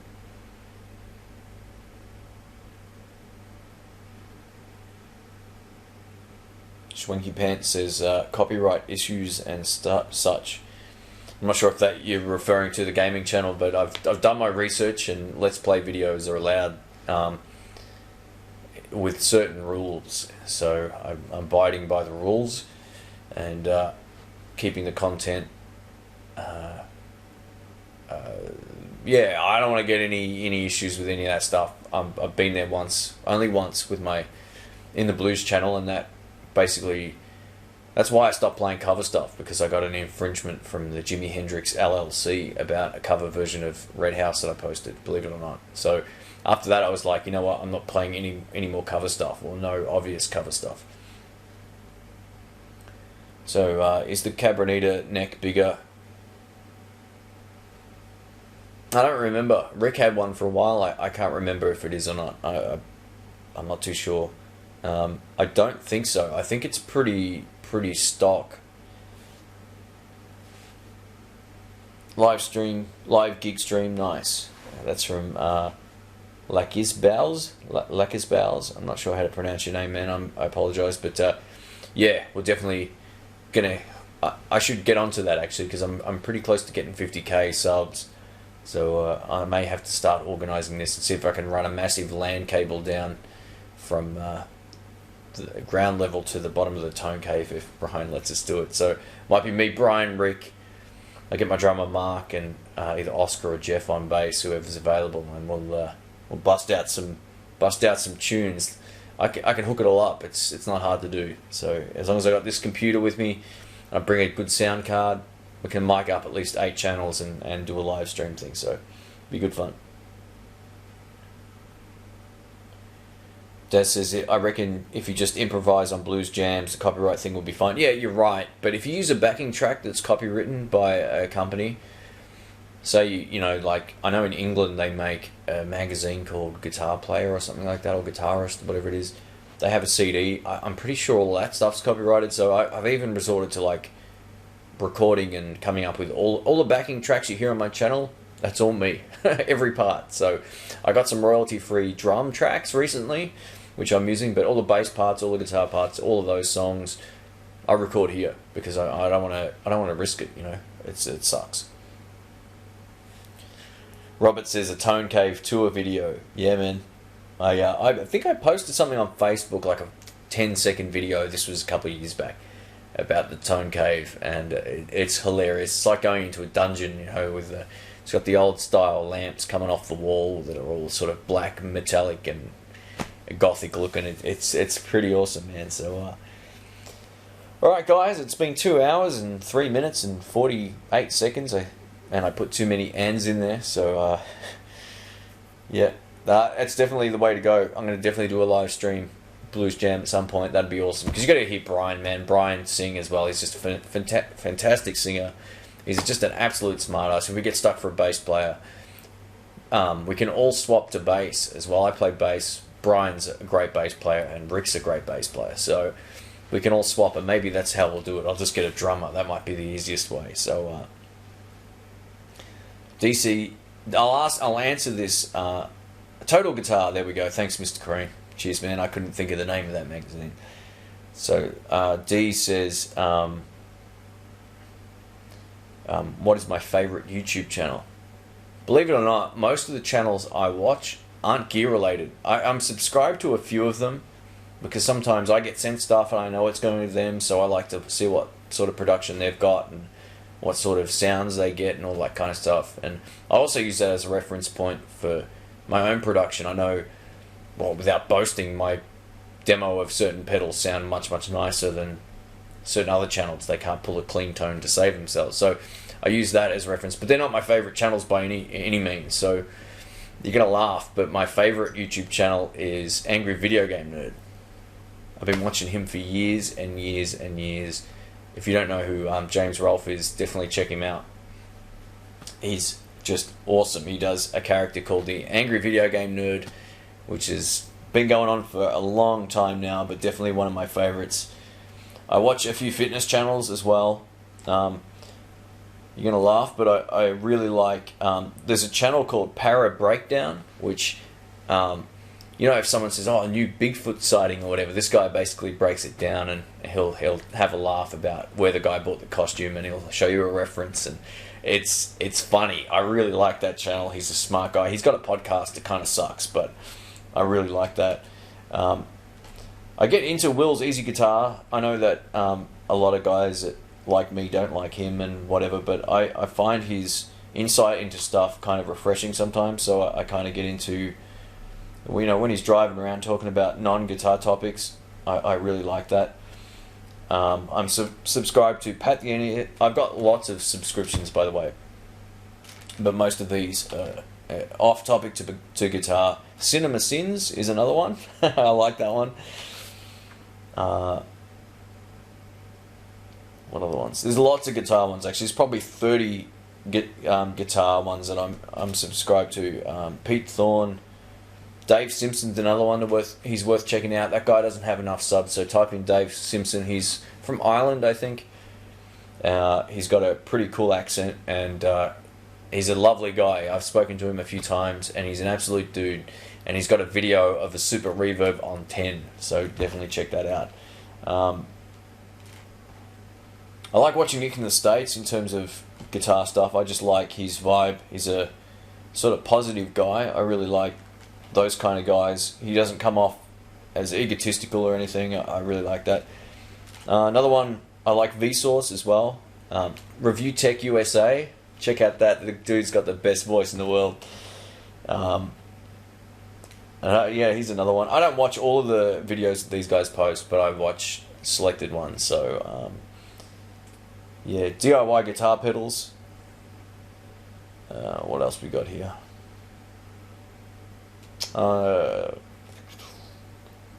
That's probably... Oh, yeah, of course. The Ben Heck Show. Probably my second favorite YouTube channel. So, Cinemassacre / Angry AVGN or James Rolfe's channel would be my first one. They're all kind of intermingled. So, you can type in James Nintendo Nerd or Cinemassacre. Brings up both channels most of the time. And then the Ben Heck Show. I really like Ben Heck. I think, yeah, his videos... he should have been on Mythbusters, that guy. He's great. But yeah, off the top of my head, I think that's about it. I'm just scrolling through here, seeing if any others jump out. But yeah, that's about it. I follow a few friends and probably follow about 90 channels, but don't watch them all. So Robert says, you know what's bullshit? Yeah. So he had a series called You Know What's Bullshit, and it's fantastic, so watch it. I'm not going to spoil any of them. You know, like DVD cases, how they used to come with those security locks, if you're old enough to remember DVDs. But yeah, just watch them, man. They're awesome. So alright, so it looks like we've got a few gaming friends here. So I think all you guys know I've already started that new channel, but the video will go up. I might make it live after this, actually, about just letting people know how to find it, all that kind of stuff. So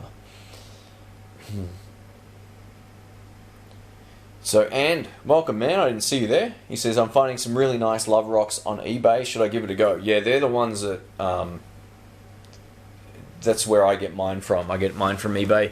If you're buying a Chinese one, as I mentioned, just double check you get this case. If you get this case, it's legit.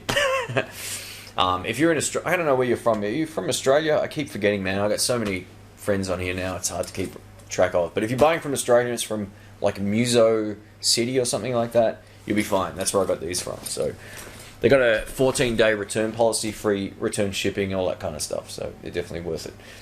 All right, folks, I'm going to go before I lose my voice. I'm starting to struggle. But thanks so much for hanging around. Absolutely appreciate it. These live streams are too much fun. I'm actually enjoying this so much more than making my demos. So I'm going to be doing these over the next 5 weeks, probably 1 or 2 a week, because I'm going to be home from work and I'll be like wrecked, and the last thing I want to do is get on a computer and film more videos and edit more stuff. So this is cool. I'm really digging this, and I appreciate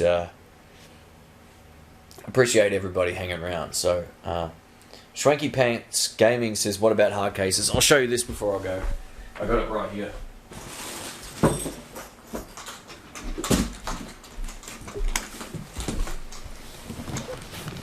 This is a Tokai hard case.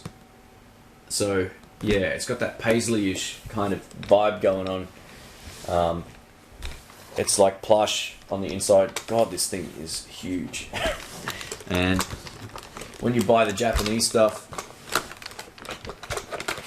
you get, other than all the keys and stuff, you get, you know, certificate, when it was made, all that kind of stuff, and you get a booklet showing you all the folks, including Stevie Ray Vaughan, that played Tokai guitars, believe it or not. I bet most of you didn't know that. So, yeah, there's all these dudes that use them, and they tell you how to look after your guitar, and you don't have to use the Gibson tone polish. They just sound good. They just sound good without it. So yeah, these cases look fantastic, and you know, looking at them up close, they're pretty nice, man. Let's just have a quick look here. Wow, look at that. I was almost scared to use this case. Like, I didn't even want to get it scratched, and I was like, well, it has to get scratched at some point, but it's pretty nice. So this is for my 335. All of the Les Paul cases you can get, the Japanese Les Paul cases, will look the same as this in terms of the Tolex, or whatever you want to call the finish on this, but they'll be fitted to the guitar. So this is obviously the 335 one. It's quite large. It almost looks like an acoustic case, but it's one complaint with this case is it's not balanced. So it does want to go backwards a little bit. Some of the Fender ones are sort of weight balanced, or the handle's in a position where it's easy to carry. But anyway, talk about this crap for hours. I love it. Alright folks, well, thanks again for all the support, and yeah, I'll catch you all soon, and thanks again for hanging out. It's always good fun. So I'll catch you all soon. I might do a live game stream tomorrow, so we'll see how we go. Shane Retro Gamer, check it out.